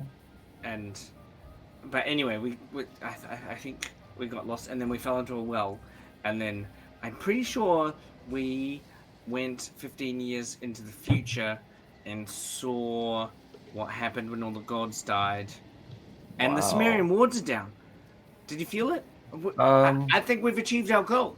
I think we've finished our deal. Celeste, do you think we've finished our deal? No. No, but like the deal with Vortex that we had to bring the wards down. Are the wards down? Yes, but that does not mean the deal is finished. Well, I mean, the deal was to bring me there. To the Feywild. Yeah. I was supposed to go there so I could see the place and I could take it all in before finally dying. You know? So, what I was thinking, right, is I know our deal said, like, until Celeste is ready to let you out of here, you were stuck here, right? That's not the direct wording on it, but I understand what you're saying. Yeah. So I think we've done it. I think, like, you haven't finished your part of the deal because Celeste hasn't said. But I think we've achieved our part of the deal, which was to bring you to a place where the Sumerian walls are down. Not quite. Celeste, would you consider this done? Not in the slightest. There we go. I think you need to reread the contract, if you want, anyway. No offense to your brilliant mind, you are technically right that the things might be down, but I wasn't brought to the Feywild, and it doesn't sound like we're in our time anymore, if that's correct. What do I know? I just live in here. I eat in here, I poop in here, and I sleep in here. So It's a technicality, right? Like, that's why Patrick keeps one with Brownlow. Sports.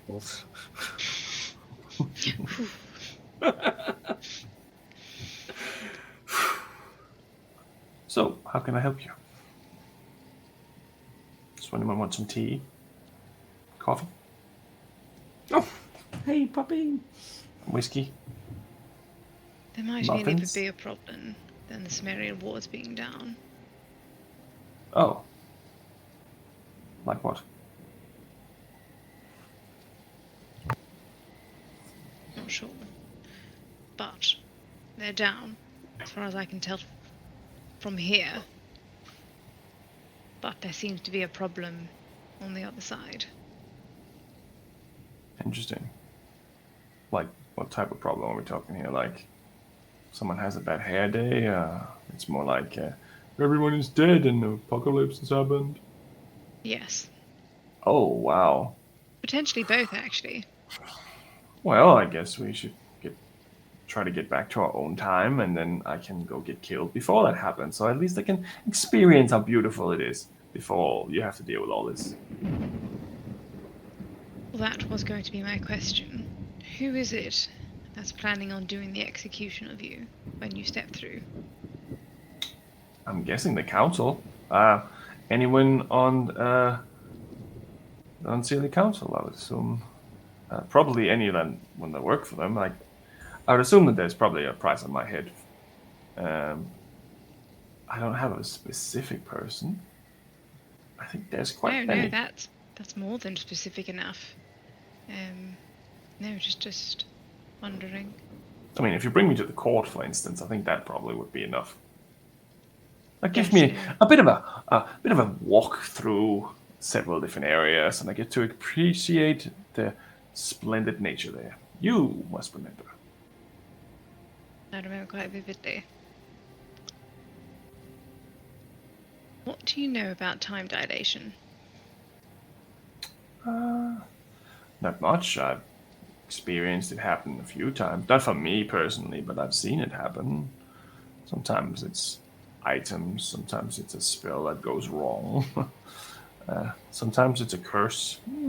I've seen it happen a few times where someone like pops out of existence, and then a few decades or hundreds of years later, I meet them again, and they look just like when I left them, and they tell me that something weird happened to them, and they popped out of existence. But why? What happened to you guys? How did you do it? Please tell me. I'd love to know. If I could just go back and change that one time I had this really, really bad haircut, that would be wonderful. I'm not sure how it happened. We were Damn it. fighting something, and then there was this wave of energy. Don't know if anyone else felt it. It must have been similar. This wave of energy kind of overtook us, and then as I tried to fight back, all of a sudden it was as if we were in the astral sea, and the next thing we know we were here. 16 years in the future and the world has ended. Interesting. Well, let me put on my glasses. Put out this little magnifying glass. So, this one here is a cleric of whatever gods he's worshipping. It's probably not his Moment. fault. At the moment, it's just Ran, apparently. Right, okay, so he's being selective. It's a Monday. Okay, cool. This guy is afraid of magic and doesn't know anything about the use of spells. Probably not him. This guy is a druid with almighty powers, but I was taken away from him, and now suddenly he's just as mundane as everyone else, and a little bit boring, to be honest. However, he's very charming, very funny, and he has lots of magical spells, but not quite the ones that we're looking for, is it, eh? What about you, young lady? You're from the Feywild, where mysterious magics happen. How about you? I feel as though if I had the ability to teleport people across time and space, I would have done it many times before now. I don't think it's you either. Well, Blightwood was under some sort of a curse. It's not unthinkable to think that whatever they were protecting may have been some sort of a tear. Oh, don't get me wrong. It's definitely your fault. I can feel it. I smell it. What's that Definitely supposed to your mean? fault. Something different about you. You almost smell a little Fey-like. Cool. Sean takes like half a step in front of Celeste, like creating a little bit of a barrier because he doesn't like Vortex's tone right now. Makes I sense, think- Celeste. You should let him out. So, let me show you something. Sorry, John, you're in the way here. He tries to move you a little bit away with his little small hand, and he's sitting on his exercise bike. Come on, where are they? Let me show you something, right? This is really, really cool. I figured out I can do this in here. And he starts making this little hologram-like version of Celeste. So, can you see this? And there's like a little tether going off the top of her head. It reaches across, looks like landscape, through a door, and then this very bright, colorful hologram of nature. You are connected to the Feywild.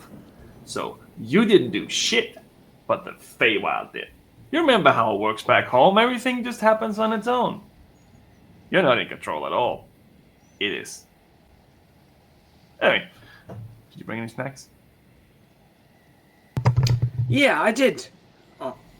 Oh, actually, I didn't. I gave them to the hungry people. So. God damn it. Right.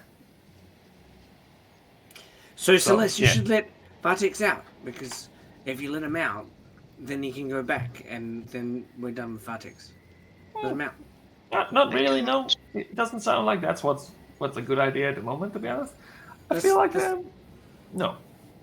No, do it. Say you can get out, and then he can help us get back to our timeline. Once, like, he'd be like, and he can go to. You can't or won't. Can't.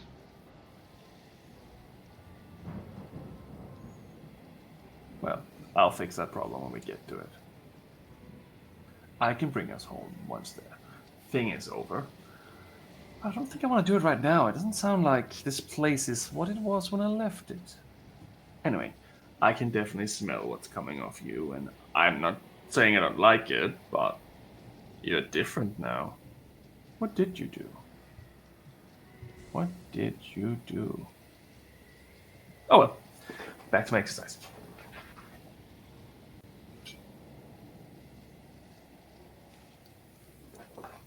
Celeste will turn around and walk out.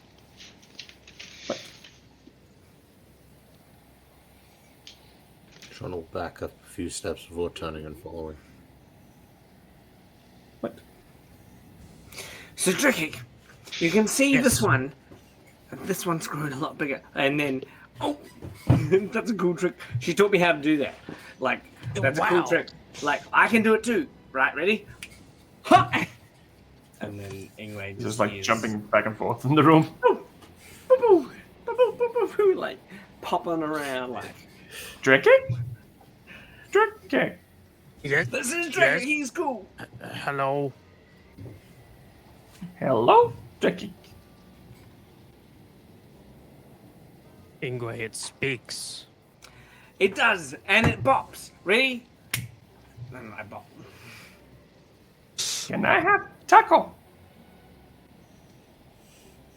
You want a taco?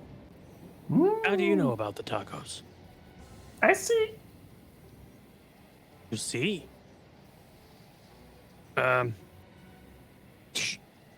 Sure, I guess you can have a taco. Ingwe, I think we better go get a taco. A taco? Taco. Yeah, What's let's your go. name? What's your name? I don't remember the name, man. Fucking hell. Jesus. Blue Fox. Blue Fox is my name. la, la, la. Blue Fox. Blue Fox. A fox that is blue and fey magic and is touched Ingwe. So I cannot find that right now. Sorry. I don't actually remember the name of the fox. PM is prepared for everything except for the name of a Except blue for fox. asking The the name of fox's a name. The fox's name is Root because it looks like a kangaroo. Doesn't Okay. Look like, you know, Have you met a kangaroo before? This is what kangaroos look like. Looks like a blue fox. Well, okay then. Insert name here. yes, it introduces itself. Root. It introduces itself as hungry. Right. Ingwe, I'm gonna go get a taco, and I guess I'll come back and give... Is that healthy? I don't know. It's talking. It's weird. Taco? I'll be back. Pop out, get a taco, pop back in. vamps up to sit on Catch the Ingway's ball. head in his hair. Go. Just kind of makes a little nest. Tackle. Tackle. Taco. Good. Good. It's got rat meat in the taco. I know. You know. Oh, I know. that's Tackle. good. Hey, Good taco. you know how you can do space jumping? And you taught me. Can we do time jumping too? Time? Can you go tomorrow? Every day. Yes. Yeah. Nice. Good job. And he demolish this taco very violently. Fascinating. Taco. So while this is going on inside, Celeste will kind of pull Jean aside if he follows her out of the amulet. Yeah. I couldn't let him out even if I wanted to. Why is that? Is it, So I would not be holding up my end of the deal.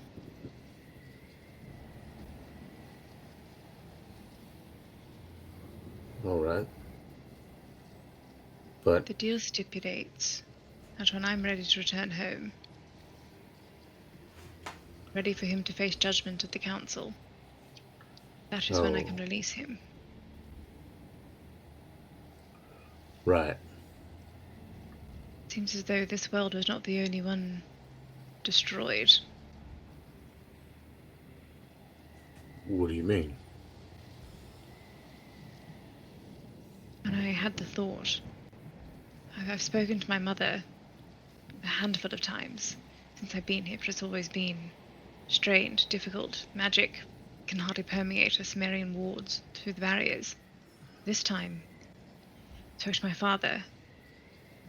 I figured if anyone had a chance of surviving whatever the end of the world was, it would have been him. It came through loud, clear, crisp, immediately, as if I was speaking to you right in front of me. Okay. But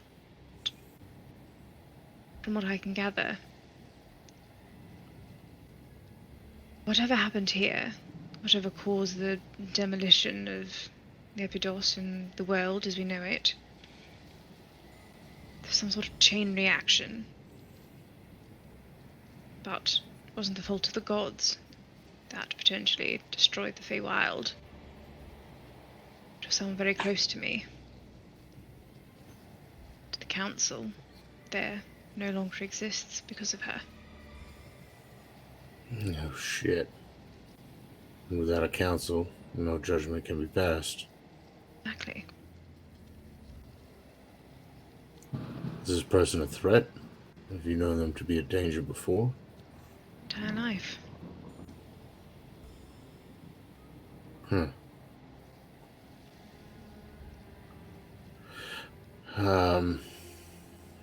Look, I don't want to get all up in your business or anything. That's you to keep to yours, if you so choose, but do you know if this is something that happened before or after everything happened? Don't know.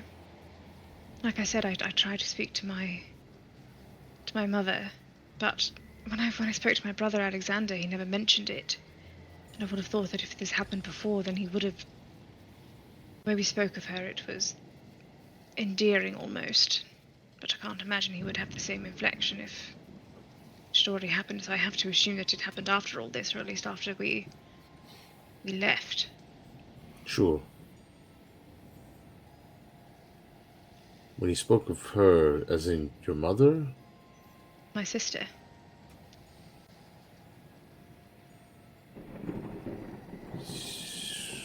Your sister. Seems as though her thirst for power was never quenched. Even now, I doubt it would be. I've always been at odds with the both of us, but I never would have thought it would have amounted to this. It's one of the reasons I left in the first place. Shit, I'm sorry.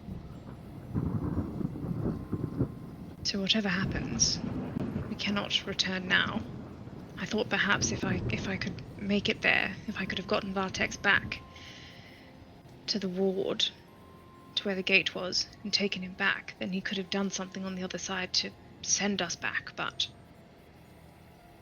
I don't know what would be awaiting us on the other side, and if that danger would be far greater than what lies here. So I feel as though our only choice is to make it to the Stonewall Academy, find whatever powers this time dilation device, use it to get back and put an end to everything. It's not just the end of the world, it's the end of life, existence. It's the end of humanity across all realms.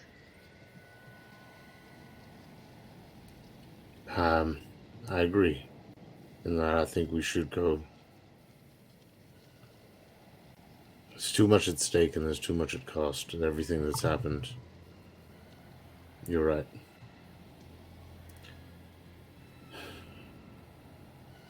Now we know the consequences of inaction. Yeah. Do you think we should take the time to copy this down before we go to sleep? Should I hold out her arm? What? Don't know. So I reckon, Celeste, I know you had some conflicting conversation with Vartex, but maybe as a compromise, we could go to the Stonewall Academy and recharge your thing, and I know you don't, I know that's pretty dangerous. You probably don't want to do it, but if you really, I've been following you for a long time, and maybe just for me, we can go and recharge that thing and see if it works. And nah, you probably don't want to do it. You've probably got a different plan.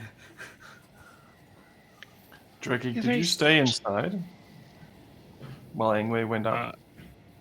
No, I would have gone out with Ingwe. Right, just checking. Drake went out to get the Yeah, I popped out, Taco. got the taco, popped back in. tacos. Oh, yeah. Just checking where everyone is. Cool.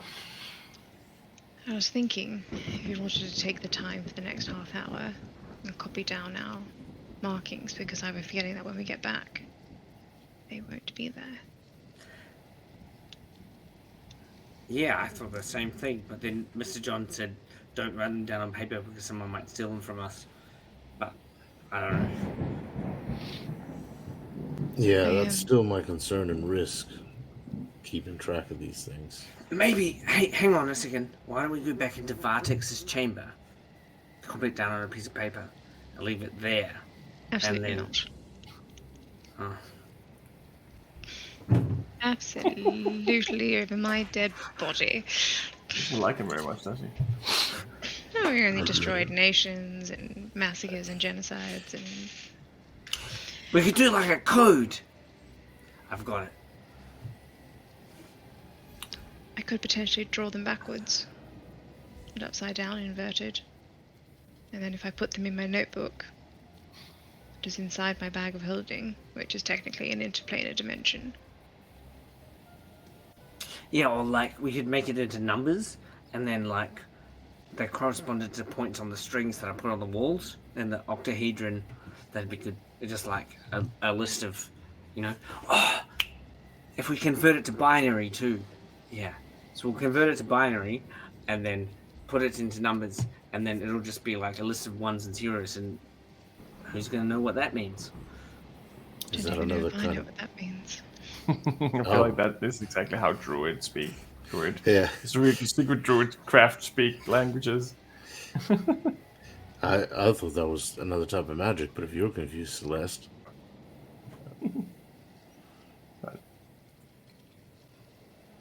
Well, what if we take the time now? Alright. Before we go to sleep. You draw it, and then I'll convert it to numbers, and then we'll burn it.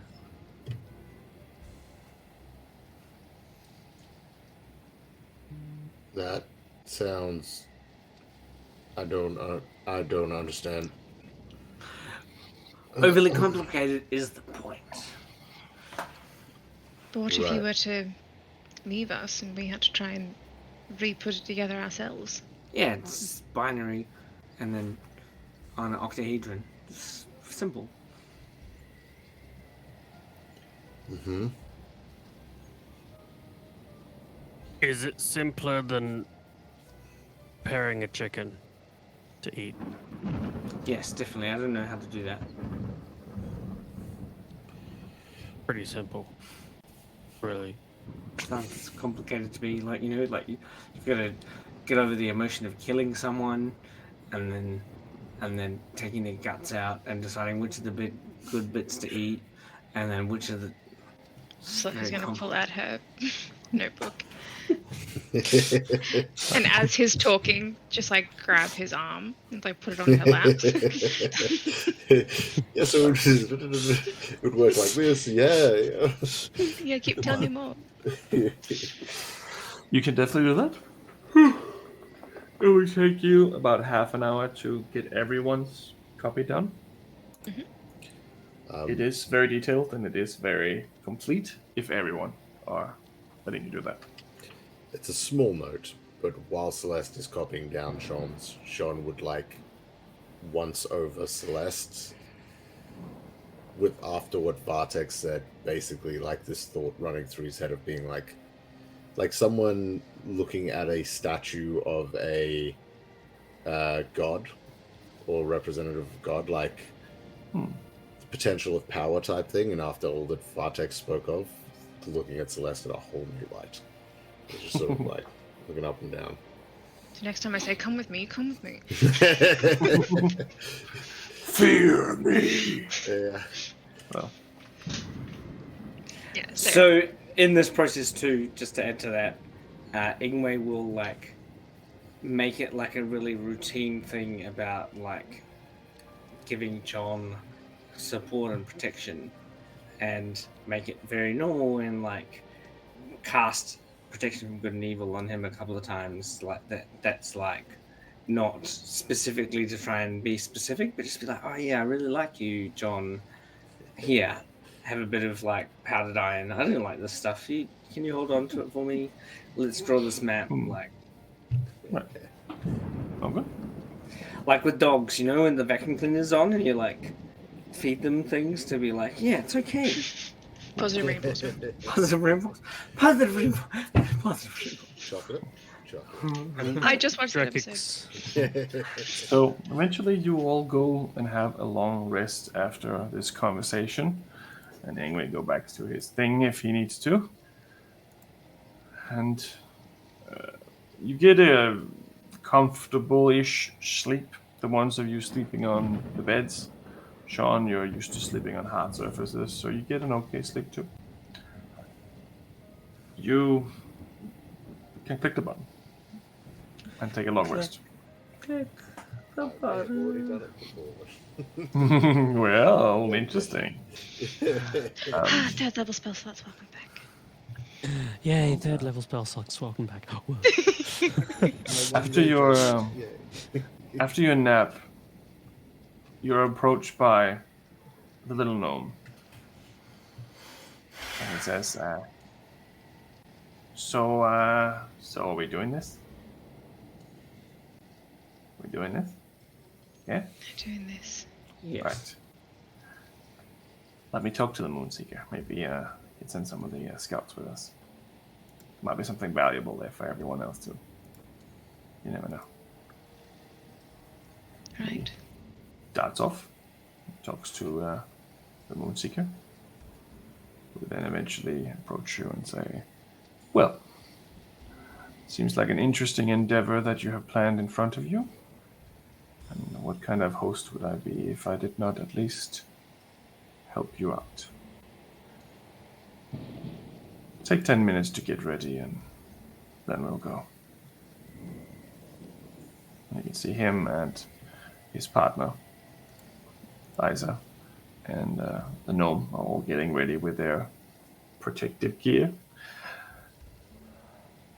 and are waiting for you at the door. Do the usual. Get up, get dressed, splash some water on my face, tie my hair back, chuck all my bits and bobs away, Right. strap my bow and arrow to my back. Give each of you a once over, and if you have any exposed metal, they will just cover it with some black cloth to make it less likely to catch a All of reflection. Drekik's armor. Well, they take some. It seems like it's jam, maybe. Not quite sure. It definitely doesn't smell like food, but it seems like some sort of jam-like substance, and then they smear it on any metal armor or bigger surfaces to make them more almost black. It just stops it from reflecting. It's not covered completely black, but it's definitely covering the reflection of having metal on it. It's just for safety. And if anything's making sounds and stuff, they just tie it down with some little bit of fabric to make it not clank, not make any additional sounds. All right. Well, it seems like every one of you are ready. It's going to be a bit of a walk, and it might be very dangerous, so I hope that you're ready for a fight if you need one. Always ready for a fight. All right. Follow me, I'll lead the way. He takes out the bow. And at this point, the bow is not bigger than this, really. And then he clicks up one side and locks it. Clicks the other side down and lock it. And there's a little cog wheel he's tightening to make the string tighten. He just tests it. And then he pulls out these arrows, which are, it's mostly iron. It looks like they're made of iron for some reason. It doesn't feel like these arrows would be very efficient on very long ranges, but it seems like they're probably efficient on short ranges. Also, they don't really have any material to make it out of, so iron is probably the closest. And he starts heading off. After him, the little gnome guy, he puts on this little device on his face, and have these little tubes coming up both sides, almost like big tusks. And then his goggles, and he's like, "Let's go! I'm ready!" And then he darts out after them. Nice, a witch behind you. I'll get a handkerchief and pull it up. She pulls out her longsword, which seems to be made out of a kitchen knife, like a kitchen handle. But then there's been a sword attached to it, and it's been wrapped with metal wire to keep it in place. She says, "Be safe out there. It's going to be a long walk." And then she comes with you, closes the entrance behind you as you now find yourself in the streets of the vision of the future King's Home. Covered in ashes, surrounded by danger, and lava rivers everywhere. And that's where we'll leave tonight's episode. I don't want to leave. I want to keep going. Well, depending on how it was going, I did have other plans, but we'll see how this goes next time. There you go. Yeah, this is dope as fuck. Good. Definitely a bit of an interesting turn. There you go. But everyone got a little bit of insight into their future. Or Yeah, parts of it at least. it's all good. Good times. Everyone's happy. Nothing bad. Yeah. I'm sure Jean's future's bright. Yeah. Blindingly so from all the fire. Well, Oh, that was so cool. I did not expect that at all when we're going into today's session. Like, fuck. I know. Where are we? Where are we? All right. You're asking the wrong question. So, to be honest, I was thinking about it, and I'm like, you can't go anywhere else because literally the fucking Sumerian walls are still up. So I'm like, what else can I do? It's not Time where travel. can you go, but when can you go? Yes, exactly. Sorry. Would have been weird if I sent you back in time. That would really have helped. Or all right, let's roll to see who gets to pick who raids tonight. Unfortunately, it looks like we lost an inlay at the end there. Yeah, it's probably gone to bed. Ooh, 16. I got a Go, 14. I got a Okay, 3. fine. I'll have your 16. I got a mighty 8. Mighty 8. Is it me? Am Mm. I the Is it problem? me you're Oh, why looking is that for? not? Am I the drama? Aren't See you? it in your spine. Sorry, I'm just adding. Dreki apparently didn't add him into this scene for some weird reason. Bye. Probably because There I we wasn't go. there last week. I You don't was know. Yeah. still you're still where you were supposed to be, but just not Okay. inside. Just Oh. my pretty face. There you go. Alrighty. So who won, Uh, sorry? Me. Bless. Okay. Thanks, Disney. I appreciate that. The person who got you all in trouble gets to pick. Wasn't my fault. You said so yourself. Well, I didn't say so. Vortex said. Yeah, and you trust him Bartek now said, more than and we me? know Celeste loves Bartex. I like that you all went to talk to him very casually, very calmly, because everything else is fucked. Yep. But how long since we last saw you? It's only been a couple days. Great. Normality. However, he's just been lying the whole familiarity. time. Oh no, he probably wouldn't. I had to hold off so hard with like going in fully like, oh hi Clipto, what's up? What's an immoral? Like, It's weird. We left the room, and moments later, Celeste walked out just covered in blood. But no scars. Oh, So, gosh. we have a couple tables that be playing. There's Corsair's Cove doing international Talk Like Josh the Pirate Day charity marathon stream RPG. that sounds Yep. amazing. It is not like a pirate day today, by the way. Oh, there you go. Arr. Yarr. Then we've Yarr. also got Dreaded GM doing their Storm King's Thunder. Everyone talk like Celeste. On top of that, we've got Eldridge Scribe doing Kingslayer.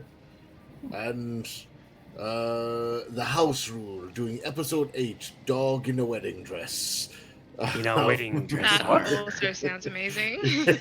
Dog in a wedding dress. Dog in a wedding dress. Yarr. That can't be legal. There's That- Sparhawk Games. The Misfits are nearing the end game. And lastly, there's for something a little different, Lantern Noir doing Coffee Construction and Chaos. Looks like they are world building and designing a map and world. Things. Right. Okay. So, Well, you get to pick. That's a really hard decision. yep. How is that a hard decision? Come on, you know what you want to pick.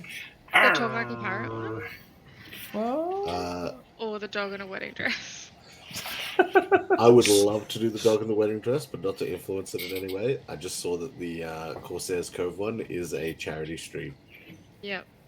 But, I'm going to roll a d20. Evens, we go with Talk Like a Pirate charity stream. Odds, we go with dog in a wedding dress. Yeah. maybe you should roll a d100 because you're so good at getting to where you So want to good go. at that. I rolled an 8 on my Even D20. charity stream. Even charity Woo, woo, stream. woo, woo. Corsair's Cove. They're good. We raided them before. Yes. I think so, yeah. Yeah, a few times, I think. Friends of the street. Friends of the Done stream. did. Affiliate of knowledge. Yeah. What's the thing that we called Jean, the chef connoisseur of information? Yep. Yes. I do know some words, just not the ones I need. It's usually how it goes, at least. It's like one of those like bowls with all the words in it, and it's just like, I need a word. Shake the brain, reach in. Go fish. pull it out. Like a Ah, magic 8 ball. Don't count on Yeah. it. Yeah, that's like an 8 ball. Try again. Okay. So Amazing. that is good to go. Yeah, we're counting down for the raid whenever Thank you're you so ready. much for the game tonight. Well, thank you everyone for playing in this Thanks. madness I have created. And thanks to everyone who tuned in. We love you guys. Remember to check out the Discord and join in the giveaway. Yeah, yeah, yeah. Give away. Give away. Absolutely. I can't keep all these prizes to myself. Yeah, you can. Oh, can Monsters I? and Raid Monsters and Raid. down. Woo, woo, woo, woo.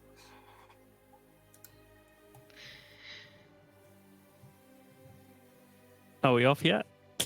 Yes. It still says on air, so I'm still waving.